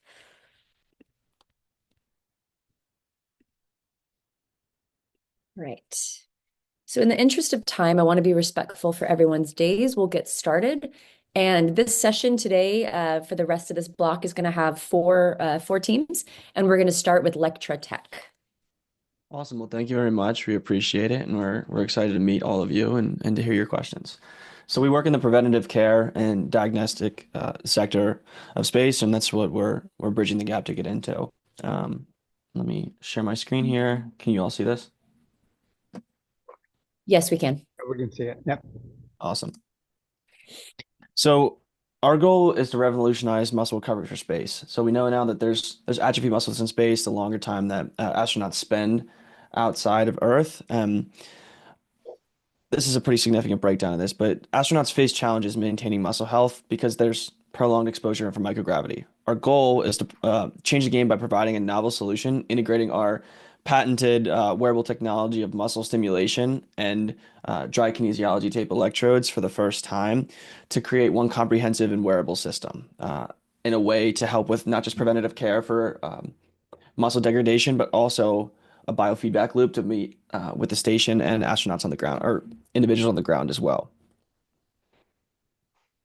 Yeah, so Lectra attempts to tackle three main space health challenges, those being muscle atrophy, which Jake just kind of touched on. For similar reasons, they face bone density loss as well, which means leaves them more prone to injury and also weaker. And then the last is rehabilitation challenges, as astronauts must maintain their muscle health and overall bone strength to safely perform their tasks and prevent injury. They've been using some traditional rehabilitation techniques. However, they often fall short in the unique environment of space. Lectra's solution is a lightweight wearable that conducts continuous monitoring in order to provide personalized stimulation. So our wearable integrates seamlessly into an astronaut suit or otherwise. Our sensors collect real-time muscle and performance data that offers valuable insight into the astronaut's individual physical condition. And then our AI-driven algorithms offer personalized stimulation, which means we can meet the needs of an individual and maximize recovery and performance. This means we offer three main benefits for an astronaut. The first is preventing that muscle atrophy we talked about before. The second is improving health and overall well-being of an astronaut, which is especially important during a long-duration space mission. And the last is increased mission capability, meaning that any individual astronaut can perform their complex tasks more efficiently and effectively. As for how we've adapted our design for space applications, we've made sure to incorporate lightweighting and durability to make sure that we meet the harsh conditions of space and minimize the impact on overall spacecraft's weight. We've incorporated radiation-resistant shielding to ensure that we're reliable and functional throughout the entire use. And lastly, we've kept in mind energy efficiency and long-lasting battery life to ensure we're operational for an entire mission duration. And the big thing for us is we want to make this simple. We want to integrate this into their routines in the sense of being able to make as easy as ordering the box, unboxing the device, and setting up what they would need and be ready to go within 5 minutes of that entire process. There's also a massive market opportunity and growth, as I'm sure you're all aware. There's a growing demand for space exploration, driven by tons of scientific research from all the different space associations, commercial ventures with the rocket that Blue Origin just launched, and that creates a massive market opportunity for not just us, but the space market and potential as a whole. And as we learn more about space and have more capabilities, there's going to be longer durations of missions, and we want to create that opportunity to counteract the muscle atrophy when it's most critical. Also expanding the commercial space flight, individuals and civilians will be able to experience space for the first time. That could create problems for them. So we want to be an option for those individuals as well. And we believe we have a significant advantage here in terms of proven technology. We've been rigorously testing this and validated in various settings. We've been working with clinics and agencies and professional sports teams as well. Like I mentioned previously, we have an innovative and patented design to create that competitive edge against other individuals who would compete with us in the market. And like I had previously mentioned, we've been creating strong partnerships with industry professionals throughout this entire process as well. And we've been working on this now for the last 4.5 years, the whole team, with my co-founders and I having expertise in chemistry, biology, mechanical engineering, with various different projects and integrations we have within the space and rocket ecosystem as a whole, with Jack at MIT's Rocket Club, spending time designing their rockets, and Nick and I spending most of our careers in wearable technology and Bluetooth informatics systems and data analytics. And this team so far has gotten things done in terms of securing partnerships, taking our prototypes from what we had in 2022 to what you see presented here today in 2024, creating a robust IP portfolio that we're going to continue to build on as we develop our algorithms and create this chain of feedback loop. And our main goal out of the whole Space Edge program is we want to go to Mars. Mars has been our goal from the genesis of the company. We want to be the go-to muscle atrophy device for individuals who are experiencing muscle-related problems on the mission to Mars in 2030. We're looking forward to any of your questions. Thank you. Thank you, Jake and Jack. Fantastic presentation. Beautiful slides too. Thank you. Thank you. Opening it up to any questions or comments. Just in time for the inauguration, you want to go to Mars just like the president does, so that's great timing. Quite a lift. Can you give us an example of some of the trials that you mentioned you've done? You said you had a number of partnerships and some testing going on that slide. Yes, great slides, but when you mentioned those, you could maybe have some of the logos of some of the affiliations, more prominent ones, if you could give us some examples, please. Yeah, of course. So we've been doing private, controlled patient demos within post-surgery rehab to atrophied muscles in closed settings. But in terms of the individuals we've been working with, we have demos set up with the Canucks NHL team, University of Illinois, University of Calgary, the Los Angeles Chargers. So we're trying to get a bunch of different arrays of data that we could collect and assess to be able to find our best implementation for that, if that makes sense. And I mean, we're trying. Our goal is to work with Blue Origin. I know I talked to some people in this call about it as well, and try and get our feet on the ground as soon as possible within the space community. I know that I think it was called Axiom was another private space-owned company. If any of you guys have connections to them, we're really trying to push our foothold into the market and get on astronauts and testing this with a wider range and as much as possible. Jake, thank you. Have you looked into prehabbing these astronauts? So what I mean by that is, if you're on the operating table, which is my background, if you're on the operating table for 2 hours, it's the equivalent of running, a 10K. For particularly people who aren't in good shape, that's an important thing to know to prehab those patients. Is there anything that looked into preparing these astronauts? And then what is that degree of atrophy that's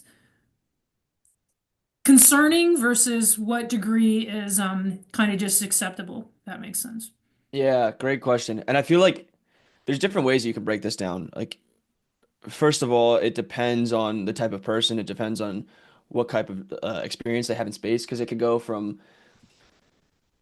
weaker muscles all the way down to having to get re-educated on learning how to walk. Like it depends on that. But in terms of prehabbing, I think that's where the medical industry as a whole has kind of, I don't want to say fail, but struggles because it's always like focused on maximizing profit in terms of like what happens once somebody gets hurt or what do we do once this happens. So we have a major focus within the Lectra team on um, pre-injury, pre-surgery, prehabbing.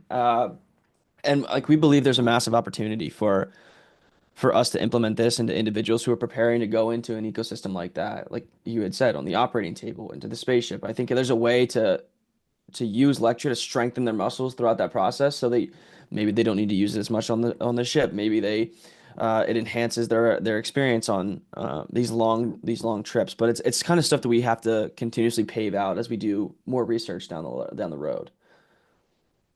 Thank you. Mm-hmm. Thank you. And just a reminder, everyone giving comments, if you could please just raise your hand so we can keep proper time and comment order, that'd be really helpful. Thank you. Jamie? Yeah, what I was going to just suggest to you, I think obviously having Mars as your end goal is fantastic, but you're going to have to generate a lot of data in order to get your investors, you believing in your technology and things like that. So I would start thinking about small scale. You don't have to do everything in one experiment, but I might suggest doing smaller scale experiments that you could do maybe under simulated microgravity or do a smaller scale experiment on the International Space Station, and we can help you propose experiments. I can at UF. And so what I just think you need data right now. So I would start thinking about carving out testable components of your bigger idea that you can start turning over and getting that information you'll need to support, to give that feedback to your investors. But that's just my little suggestion on that. Yeah, and I mean that's a great point. And to be honest, that's kind of the reason why we wanted to we're excited to be a part of the program in the first place, is because we understand that we're a younger crowd, but I mean we want to make a big impact. So the thing is that it comes with age is obviously wisdom, but it also comes with connections. And the thing with us is like we don't have the connections, but we've been developing this technology and been testing it in small settings. So if there's opportunity within your guys' ecosystem to help us open those doors, that would be incredible. We greatly appreciate it. Yeah, for example, the International Space Station National Lab has proposals that you could propose your experiment and fly it. And so and happy to help serve as a mentor, but there's opportunities out there that working with a collaborator, an advisor, something we can start doing more feasible small scale projects for you to get that first data point so that you can grow on that. Okay, awesome. That'd be amazing. Thank you very much. Thank you. Are there any other comments or questions? We have time for about one or two more, depending how long they are.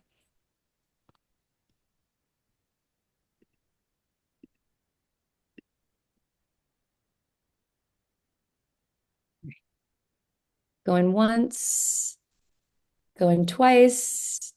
Jake, Jack, any final words before we wrap up? I'll let Jack talk a little bit if he wants to. I feel like I hogged all those questions. No, you're good. I was just gonna say thank you. This has been a good experience. I really enjoyed pitching you guys today, and you guys asked some great questions and had some really good feedback. So thank you very much. No, and thank you for taking the time. And again, if anything comes to mind later on, please feel free to hand out the form and send it over to the team so they can get additional feedback to help further their ideas. So Yeah, of course. And one more thing I was going to say too is on our side, like we really want to get into these agencies. So like if you guys have any connections into like Blue Origin, Axiom, NASA, SpaceX, like any of them, that's really our goal. And because we have a roadmap, we have a full breakdown of our 10, 15, 20-year plan of where we want this to be and how we intend to have an implementation strategy. But it's like the hardest part's getting your foot in the door. So if you guys have anybody in your network yourselves, we can make a big splash. So thank you again. thank you so much. Great job. All right. And up next, we have Microbial Insights.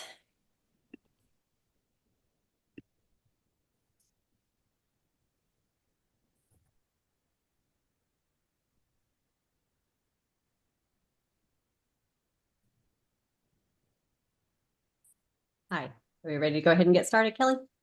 Yes, go ahead. Floor is yours. Sounds great.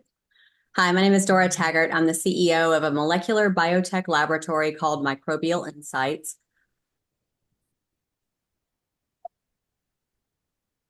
Which is an established corporation that was started 33 years ago with the goal of understanding microorganisms and their role in subsurface environments.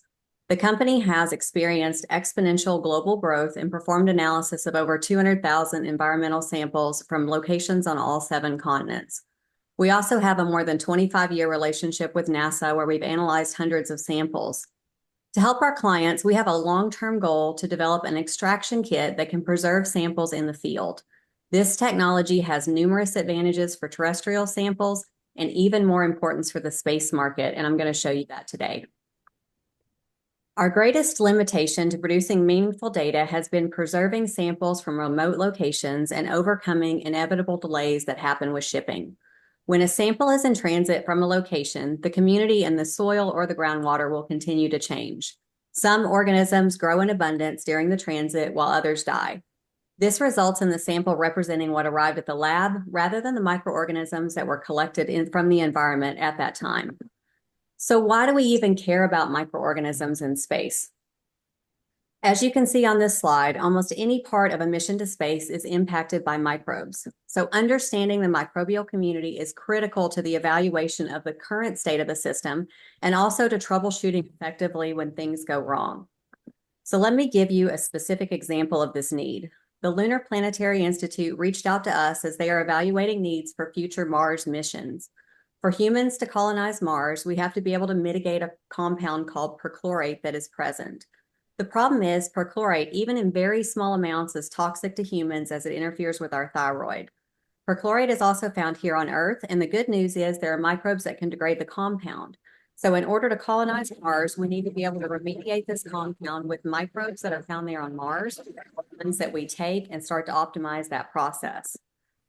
As we've been discussing, ensuring data represents the microbes on the planet at the time of collection is really what's critical for future space advancement. Transportation of samples from space is even harder than terrestrial, as you can imagine. It can take months or longer, and keeping them frozen during this long transit introduces additional challenges. Losing a single sampling event can be as costly as $1 billion. Yes, that's billion with a B. So protecting that sample, ensuring contamination is not introduced, and preserving it for transit are critical mission points to understand any space sample. We need to be able to have terrestrial level validation in these extraterrestrial environments. And bioextract is what gives us that immediate sample preservation. Over the past year, these kits have been validated for use on multiple continents, and the results have been high quality immediate DNA preservation in the field. This produces DNA that's stable for long transits or can be analyzed right there on site on the planet like we need for Mars. The kit has a small footprint and is very simple to use. You can scan the QR code on this slide so you can see an example of our current extraction. This slide shows you guys a few companies that we feel could benefit from bioextract. Some of them, as I mentioned, are already our laboratory customers. So what do we need to move forward to develop this space-worthy product? The challenge for bioextract is we have to modify it for use in micro or zero gravity situations. In order to do that, we plan to collaborate with Space Tango, a company who does space manufacturing and testing, so we can submit for funding together. The result of this funding will be the generation of our Gen 2 space bioextract kit. At that point, we will either use internal company funding to help us launch the product for use in the space market, or we'll explore venture opportunities to add gasoline to the fire and to accelerate our market potential. Our leadership team at Microbial Insights is strong, with very specific expertise that, when combined, leads from efficient product modification to successful product launch. And bioextract aligns with our core competencies as well as our core corporate motto and goals. Our team has the needed expertise to meet the goals of which should only be strengthened by the partnerships that we form. As a company, Microbial Insights strives to innovate and improve our understanding of microorganisms. On a daily basis, our team works on terrestrial natural disasters or accidents that spill hazardous waste into our groundwater and soil. And we always try to keep in mind the lessons that we learn each day.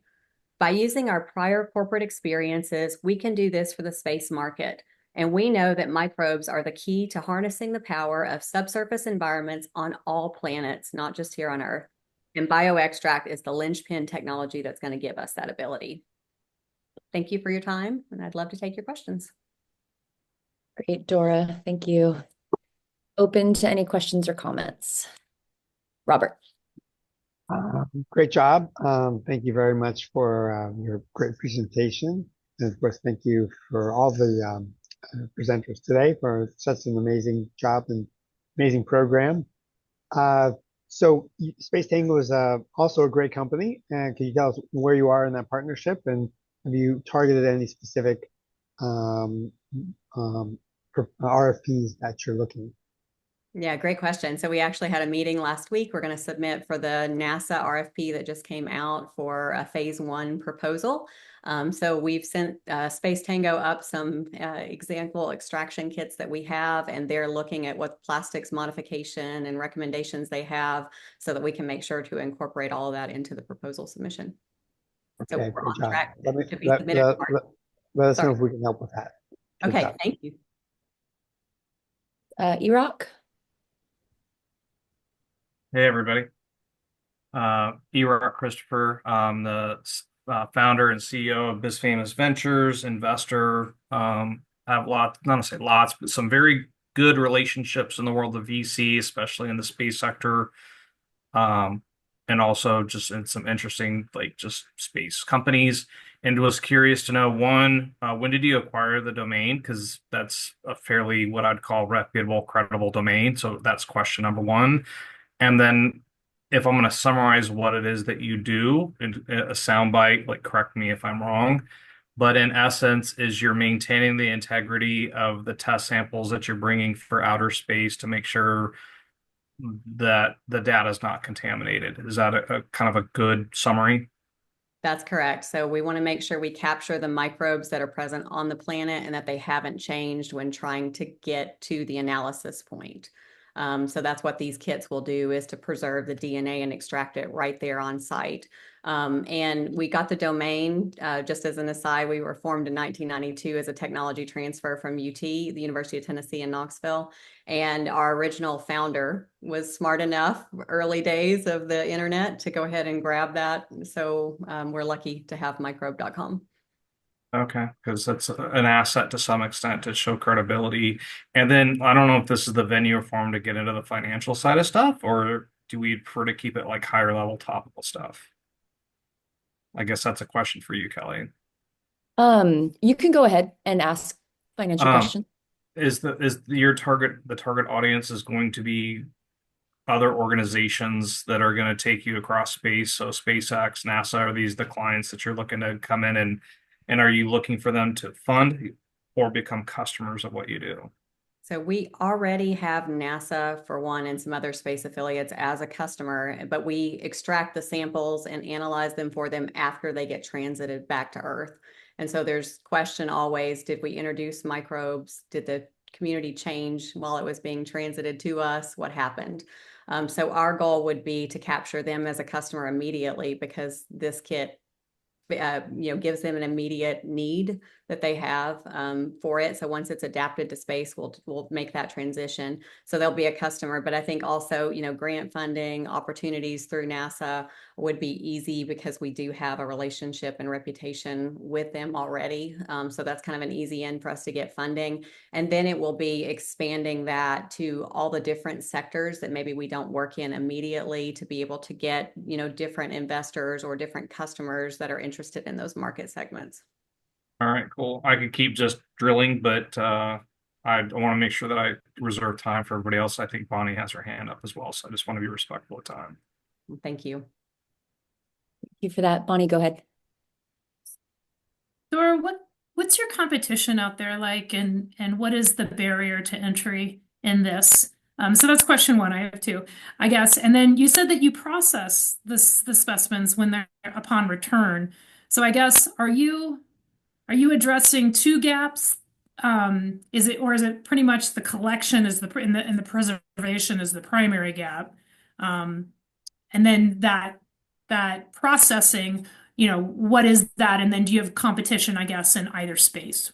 Yeah, so No pun last, intended. yeah, that's great questions. So the last 33 years, we've been processing environmental samples. So we're experts in analyzing microbial communities in the environment. And one of the barriers we've always had is being able to preserve the sample so it doesn't change while it's getting to us. So we can do that additional analysis. And so our first step in this will be to modify these for the space market, so an adjacent market use for technology we're already using here on Earth. And then the next step, we've got a field quantitation system that we can do field qPCR. That will be kind of phase 2 of what we want to do for this market, is to be able to have that modified for use in space as well, and to automate the entire process more so that it becomes, less and less cumbersome even than it already is. So that's kind of our long-term goals in the space industry. Barrier to entry, there's not a lot of people that do it like we're planning to right now. It's bulky devices that are automated, that require electricity and stable lab settings, and you can put a sample in, and they just aren't as customizable as what you can do with a kit when you're hand doing it. So that's one of our goals, is to take the expertise we've learned and what works for environmental samples, because it's very different than medical, and getting those dirty samples clean enough to have good usable DNA at the end is one of the biggest things we feel like we bring as a competitive advantage to anyone else that might try to do this in the marketplace. Thank you. Thank you. Any other questions or comments?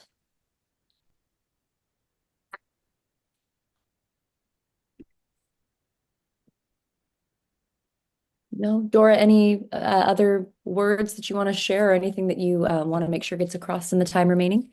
Yeah, the only other thing I can think is that for our group, it's really important to be able to showcase this device in different sectors other than just with NASA or current customers that we have. And I know there's a lot of uses for a platform like this. So introductions to companies would be important to us, or ways we can validate this product would be very important.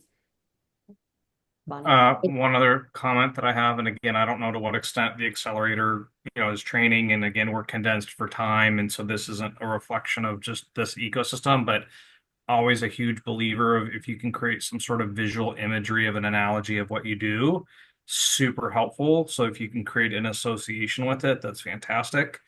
And I don't know why this popped into my head, partly because I'm watching this with one of my daughters, but we're watching like long lost episodes, the episode of the show Lost, and they pulled out some dynamite, and the dynamite was contaminated, and it caused the dude carrying it to blow up.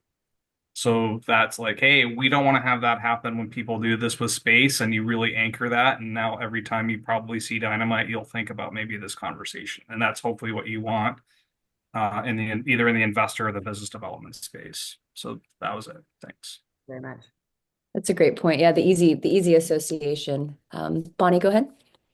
Yeah, one more comment, and there's some naivety here as to whether it's a need or not. But I would think upon return to Earth, there might be a need for transportation as well.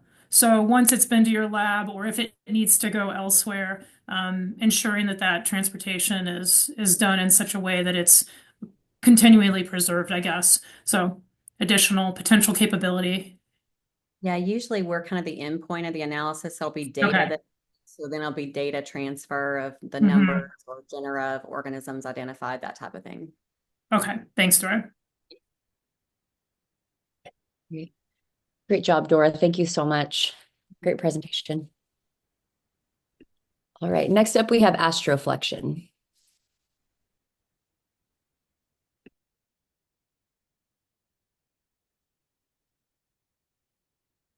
So does the moving look all good on your side, Kelly? It does, yes. Okay. Just let me know whenever you're ready. The floor is yours. Hi, everyone. My name is Nathan Park. I'm the founder of Astroflexion, a diagnostic health game changer. Now, our vision is to analyze and optimize muscle activation, limiting strength loss, and optimizing rehab in space. Now, to paint this problem for you, astronauts lose about 10% of muscle in 5 months. And note, this is with current countermeasures in place that NASA is currently conducting on the ISS. And an important mark here is power in the lower body is lost at about a 13% rate. And as I'm sure it's been a topic of today. The trip to Mars, in which it would currently projected take around 21 months to get there and back, would result in about a 40% loss of muscle, in which this standard would not be sufficient. Muscle loss to this extent, even at 10%, can lead to osteoporosis, loss of bone density, and many other problems that can lead to muscle deterioration that you could have to deal with for the rest of your lifetime. And as both for commercial and experimental spaceflight, we have to make sure to mitigate this muscle loss as much as we can. And that's where Astroflexion's MMG solution comes into place. Our technology that we're pursuing is a lower body wearable technology, which is essentially, as you can see on the left-hand side, comparable to yoga pants. And using user-oriented artificial UI by having a diagnostic system that can both analyze muscle performance in regions of interest that tend to deteriorate, and it could then prescribe certain exercises that are both optimal for the user and to build muscle, both in space and even domestically here on Earth.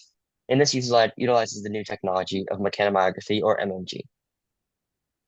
Now, for our competitor landscape, Astroflexion is currently competing with Arid and Cebus, as I previously stated, as those who are two strong players currently on the ISS.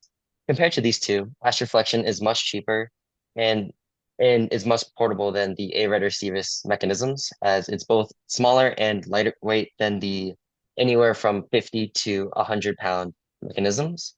And compared to the space medicine and sports medicine technology space of Trigino EMG systems, Astroflexion's MMG technology is both more effective and more cost-effective in this space. Now, to paint the picture of our market, the medical technology market is projected to grow by around 28% by 2029 and to grow by 45% by 2030.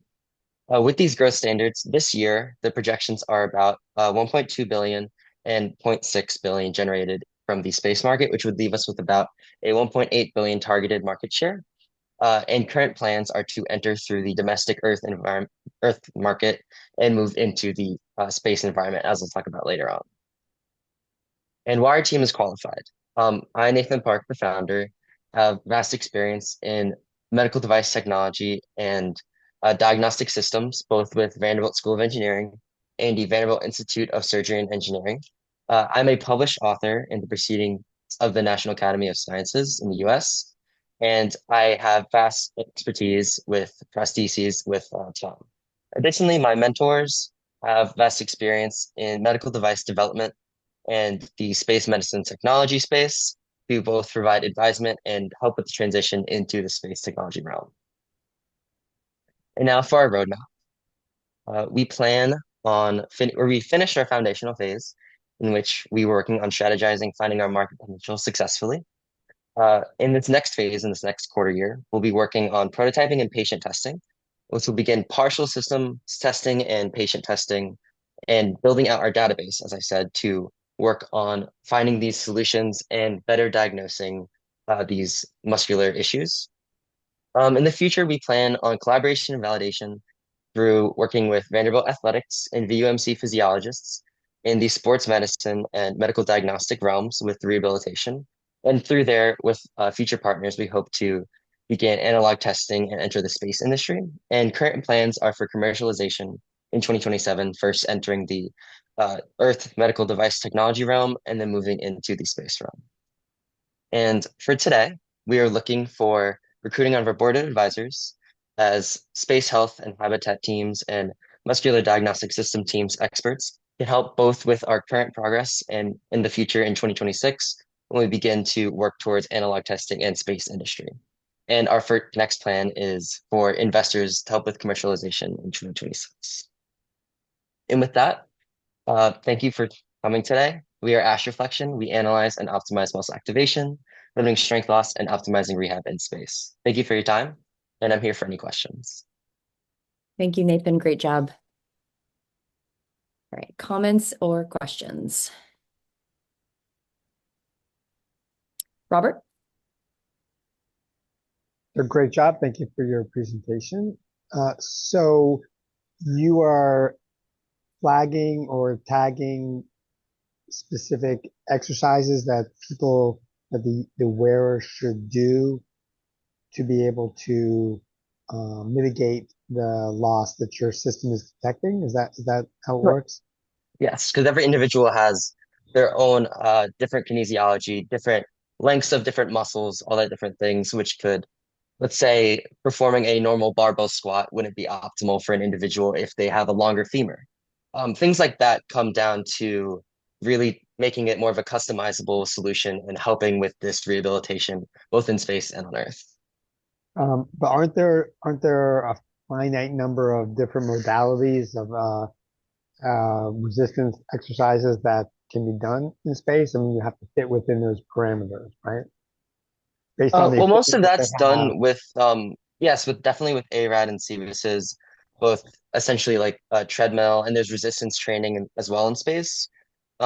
Just due to there's a lot of feasibility in changing a form slightly, and I don't know the baseline knowledge of resistance training in the call, but at the very least, by going through most types of resistance training, just even with the pneumatic cylinders that they use on the space station, you can achieve actually quite a vast amount of different exercises, whether you're tweaking joint placement and stuff like that, just to target maybe your upper chest in a different kind of way, to just really tweak it to optimize the muscle rehabilitation. Yeah, I mean the terrestrial applications are used both in the medical and also in the competitive um, uh, athletic area. So that would be there should be many data points you can get. Thank you. Thank you, Robert. Bonnie? Nathan, could you explain a little more about the yoga pants or the Yeah, clothes and what that role is? absolutely. I felt that almost showing the picture of the yoga pants was the best way to translate kind of my product across, as it's both compared to other like diagnostic wearables currently, a lightweight solution with integrated sensors using the mechanomyography, which is essentially accelerometers integrated into the yoga pants that are lightweight, not nearly as bulky as most wearable solutions today. So by having that, it's more so of like the demonstration of what the wearable would look like in application. Okay, and is that something you would expect the astronauts to wear while exercising, to put on for a certain amount of time during the day, to do measures? What explain what Just would for be exercising integrating? mostly. Okay, Yeah. thank you. Thank you. Iraq? Hey Nathan, how are you? No, Good, how are you doing? nothing like see, look how good my camera is.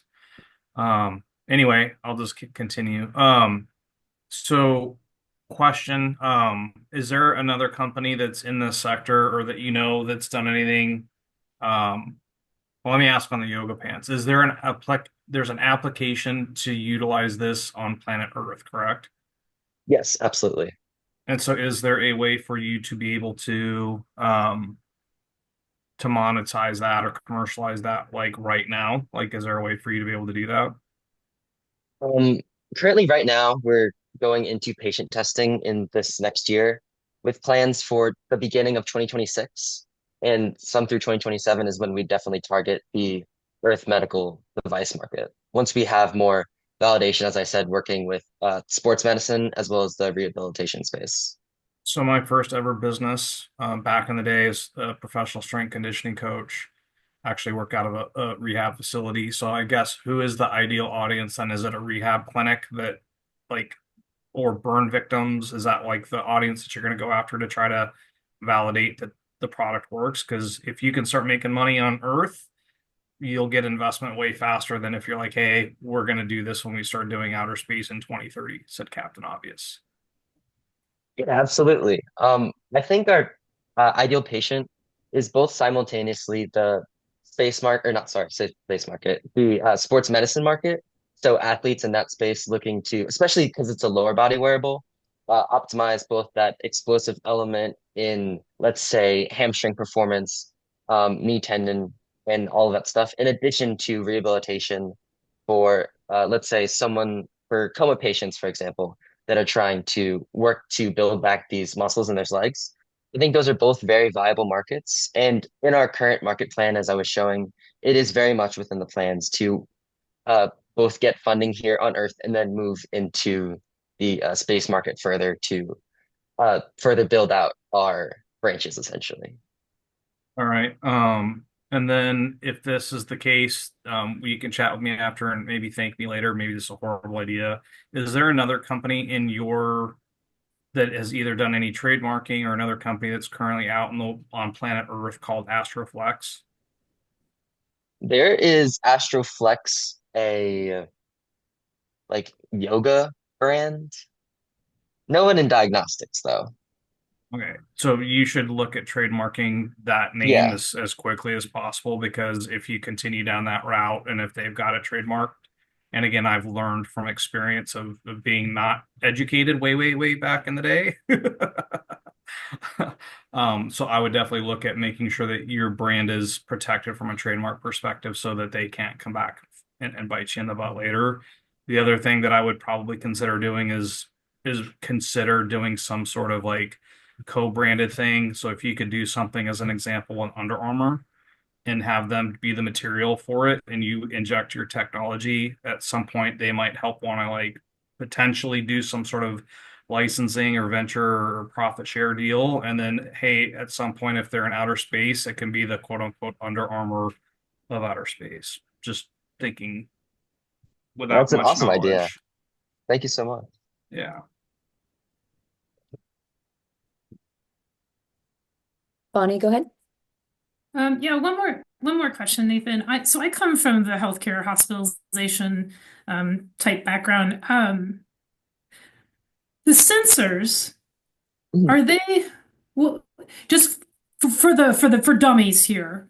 What are they measuring? Because in my mind, I'm thinking of I had a brother who was hospitalized for 26 days last year. The atrophy that occurs in a bedridden patient, what could be the translation there? Not to take you away from Mars, obviously, but kind of to Christopher's point, opportunities here on Earth. Yeah.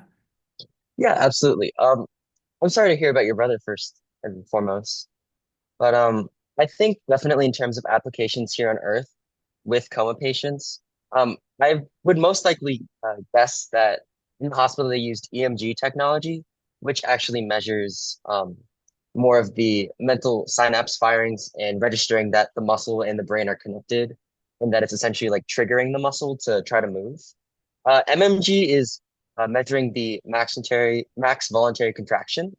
So for all of the like sports science nerds, that's essentially like how hard you're like squeezing your muscle, in which squeezing your muscle harder or just getting this higher voluntary contraction leads to further muscle building, in which it would essentially help accelerate the muscle rehabilitation process.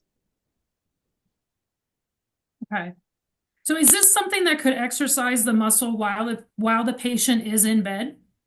No, this is more of a diagnostic systems, Okay. but it Okay. could work Good. in tandem as well with Mhm.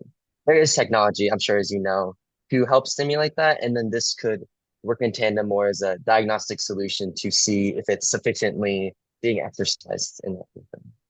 Okay. And if you were to remove the yoga pants concept, because looking at someone that's hospitalized, trying to get them into Yeah, something like that would be challenging. Do you think you have the skeletal framework to be able to sort of, lack of a better term, sort of strap it on around the legs and things like that? yeah, absolutely. Mhm. If anything, that would be the not to make it sound like that, but the easier part of the product, Yeah. as in applications of MMG currently, just in basic applications of muscle diagnostics. My Mhm. main myth, I guess, is more for dynamic movements and that kind of rehabilitation. But for sensing this kind of thing with trauma patients, it could currently very well be done. Yeah, I think there's a lot of opportunity there. It's not tapped, probably because it's not reimbursed through insurance very Mhm. well, but to be sure. Yeah. So thanks, Nathan. Your presentation was Yes. fantastic. The slides were Thank you fantastic. so much. Mm. Thank you, Nathan, and thank you to the advisors for all that wonderful feedback and questions. And then our last presentation is Laminomics. Thank you, Kelly. I'm just bringing up my slides.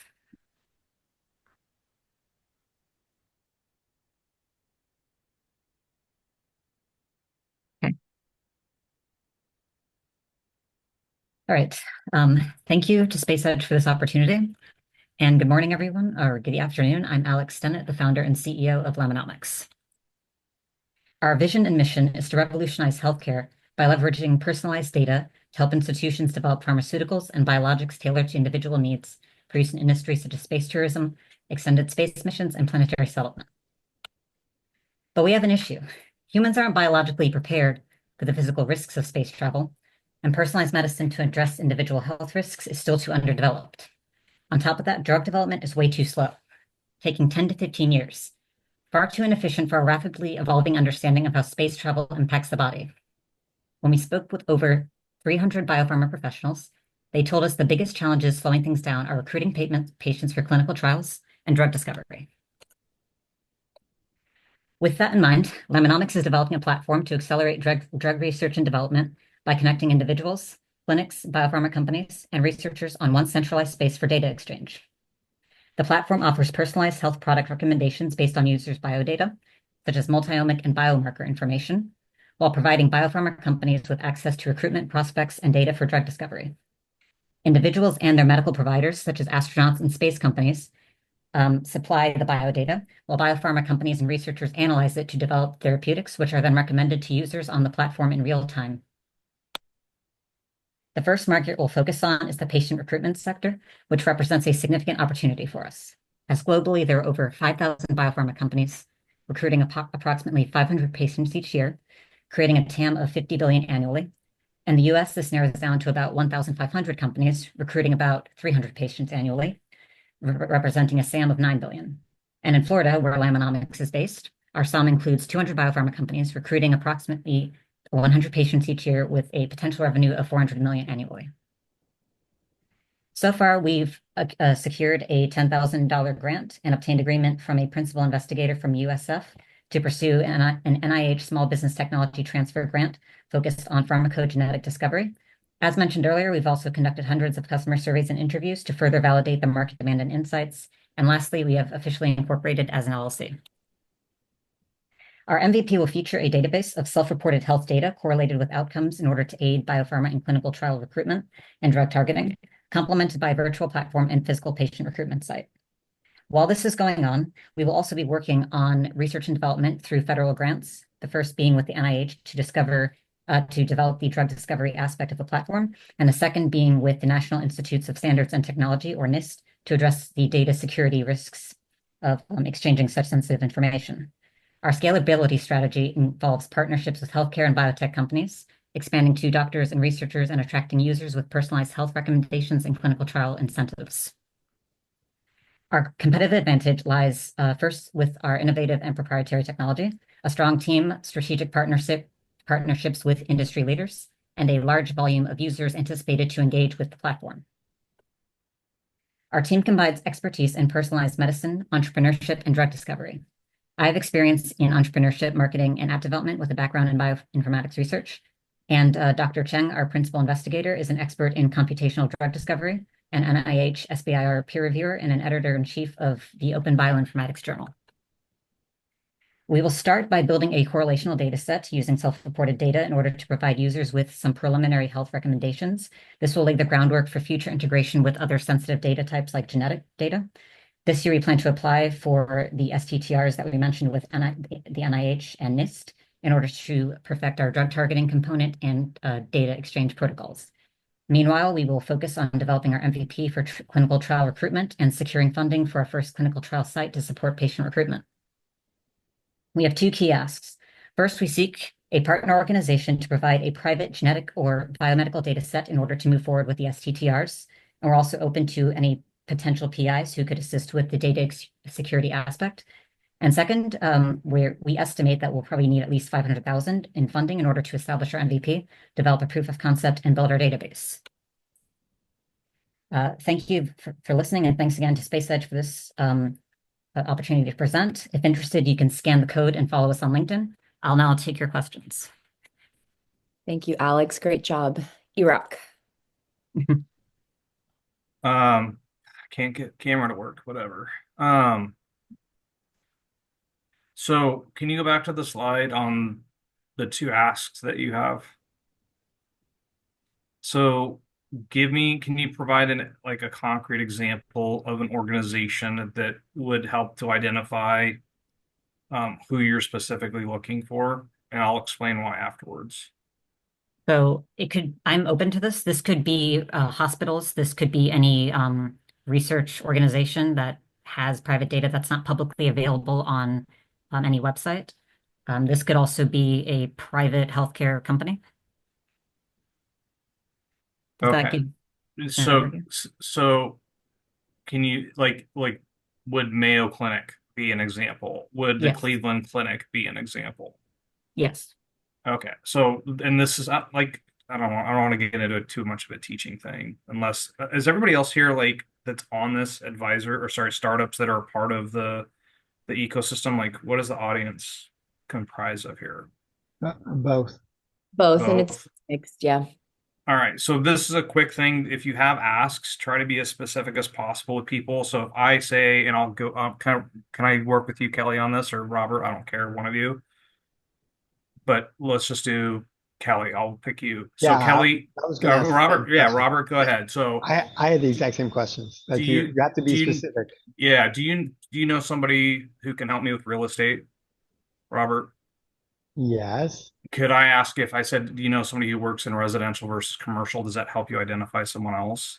Of course, yeah. So the more specific that you can be and plant the seeds, the easier it is for us to remember. Because if you're like, oh, I don't know I mean, I guess I could know some private genetic biomedical data set company, but so I can't promise this, but I have a relationship that if you can connect with me, offline or off this session via email, and Kelly, we can coordinate if you want to concierge that. One of my relationships has been in the healthcare space for 20 years and has a very notable amount of people that are in the healthcare space that could be of interest to this. But again, I'm not going to sit here and tell you that, hey, it's the gravy train to walk right in, but happy to see where we can help. Appreciate that. Iraq, we'll make that happen. Let's see what else. And so I'll turn it over to Robert because I didn't have anything corollary right off the top of my head. I had similar questions about the specificity of the organizations that you wanted to connect with for the data sets. For the data sets itself, so you mentioned self-reporting, so your steps that you listed there, if you go back to that page. This one or the other one? Yeah, so the first one, so was this first step, the previous one with the bars on it? The ones with the steps. You had it up there a second ago. This one. That one, yeah. So, okay. So was that data set, do you need to have the partnership for that data set, or is this in addition to that process? This is in addition to that. So this is actually, if anything, would precede that because this is supposed to be data that people report themselves that doesn't necessarily involve any sensitive like EMR data or anything like that. The partnership piece that I talked about would be for getting like genomic data, blood test data, et cetera. And how would people, you would do an open call just like on the internet for people to submit to be test subjects? Yeah, it would just be mainly online advertising and likely focusing on people prospectively who have an interest in space already. Yeah. Okay. That's a good idea. I have other questions that I can ask now, but I want to be respectful of the other advisors as well in case Bonnie wants to chime in, or Robert, you want to keep going. Yeah, so there you go. There's my hand.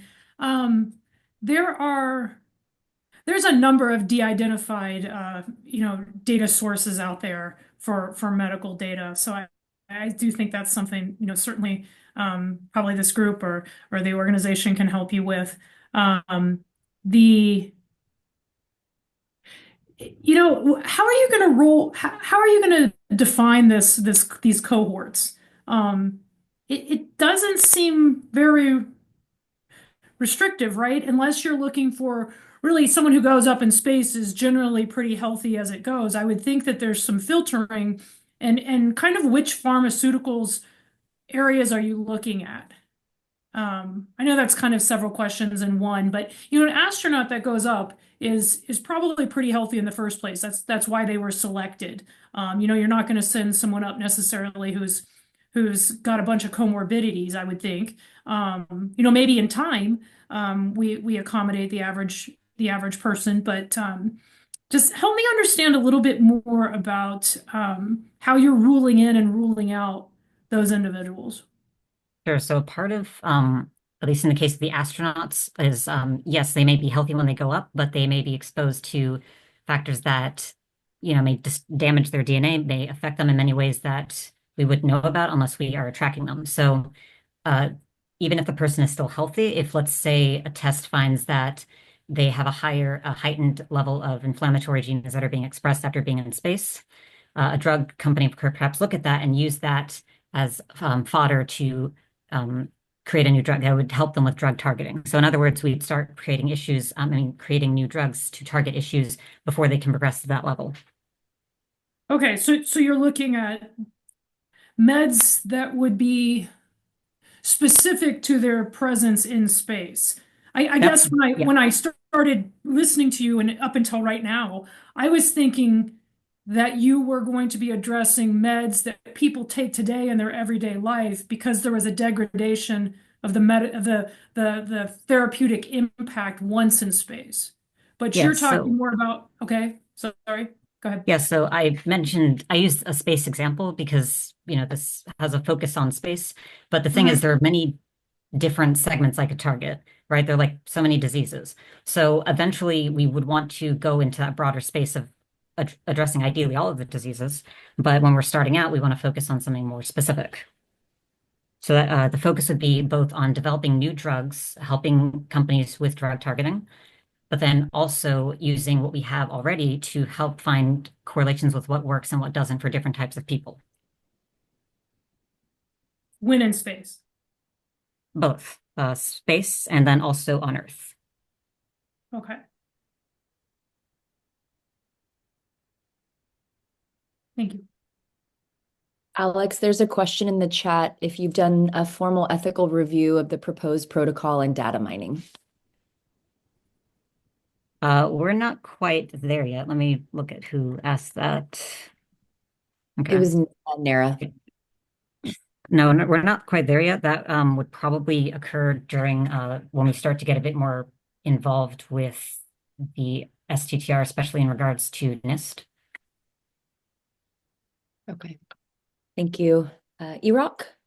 Yeah, thanks. So with the ask on again on the healthcare with the PI stuff, what is the value or why would it be, what's I guess in it for the organization that collaborates with you? Like why would they want to do that and take the time and go through that whole process other than just being like, hey, we're good human beings? Well, it also provide value to their clients, right? Especially in the case of, say, a hospital that wants to maintain its reputation, a private healthcare company that wants to retain its clients. So there's that. And then also it could help them to get more access to information for their own research. If let's say they're a medical research organization, they can get access to research that otherwise they'd have to sift through the annals of Google Scholar for. Okay, so and then hopefully I'm not gonna ruin the sound bite, but if I was to describe to somebody what it is that you do in a sentence or two, would it be you are an organization that helps biopharma companies recruit testers for their products, services, and medicines? And it's applicable to both Earth and outer space? Because they're different heads here, because biopharma is one of the biggest ones, we technically address 4 groups. That is the individual, the clinic, biopharma company, and researcher. I would keep it high level and say that we connect different stakeholders on one platform in order to accelerate the development and progress of drugs. Okay. Is there anything that you can do to make that even more specific? How would you like it to be specific? Like if let's say I'm the CEO of a biopharma and I'm like, hey, I'm getting all of my stakeholders onto a platform. What's the benefit? Like, why is that helpful for me versus doing it somewhere else? Well, it depends on which one you're targeting. If let's say you're a biopharma company, the main benefit for you would be that you'd have access to a much broader data set of patients, their genetic data and biomarker data. And that would help you to develop drugs at a much faster and more cost-efficient rate. Okay. All right. That's helpful. All right. Thank you. Thank you very much. Great job, Alex. And just a reminder for those who had people that he could connect with, that would be very, very helpful. So thank you for doing that. And also, I think there may be an issue with dates. My dates to reflect October 2025, March 2026, and August 2026, in case anyone caught that. Thank you very much.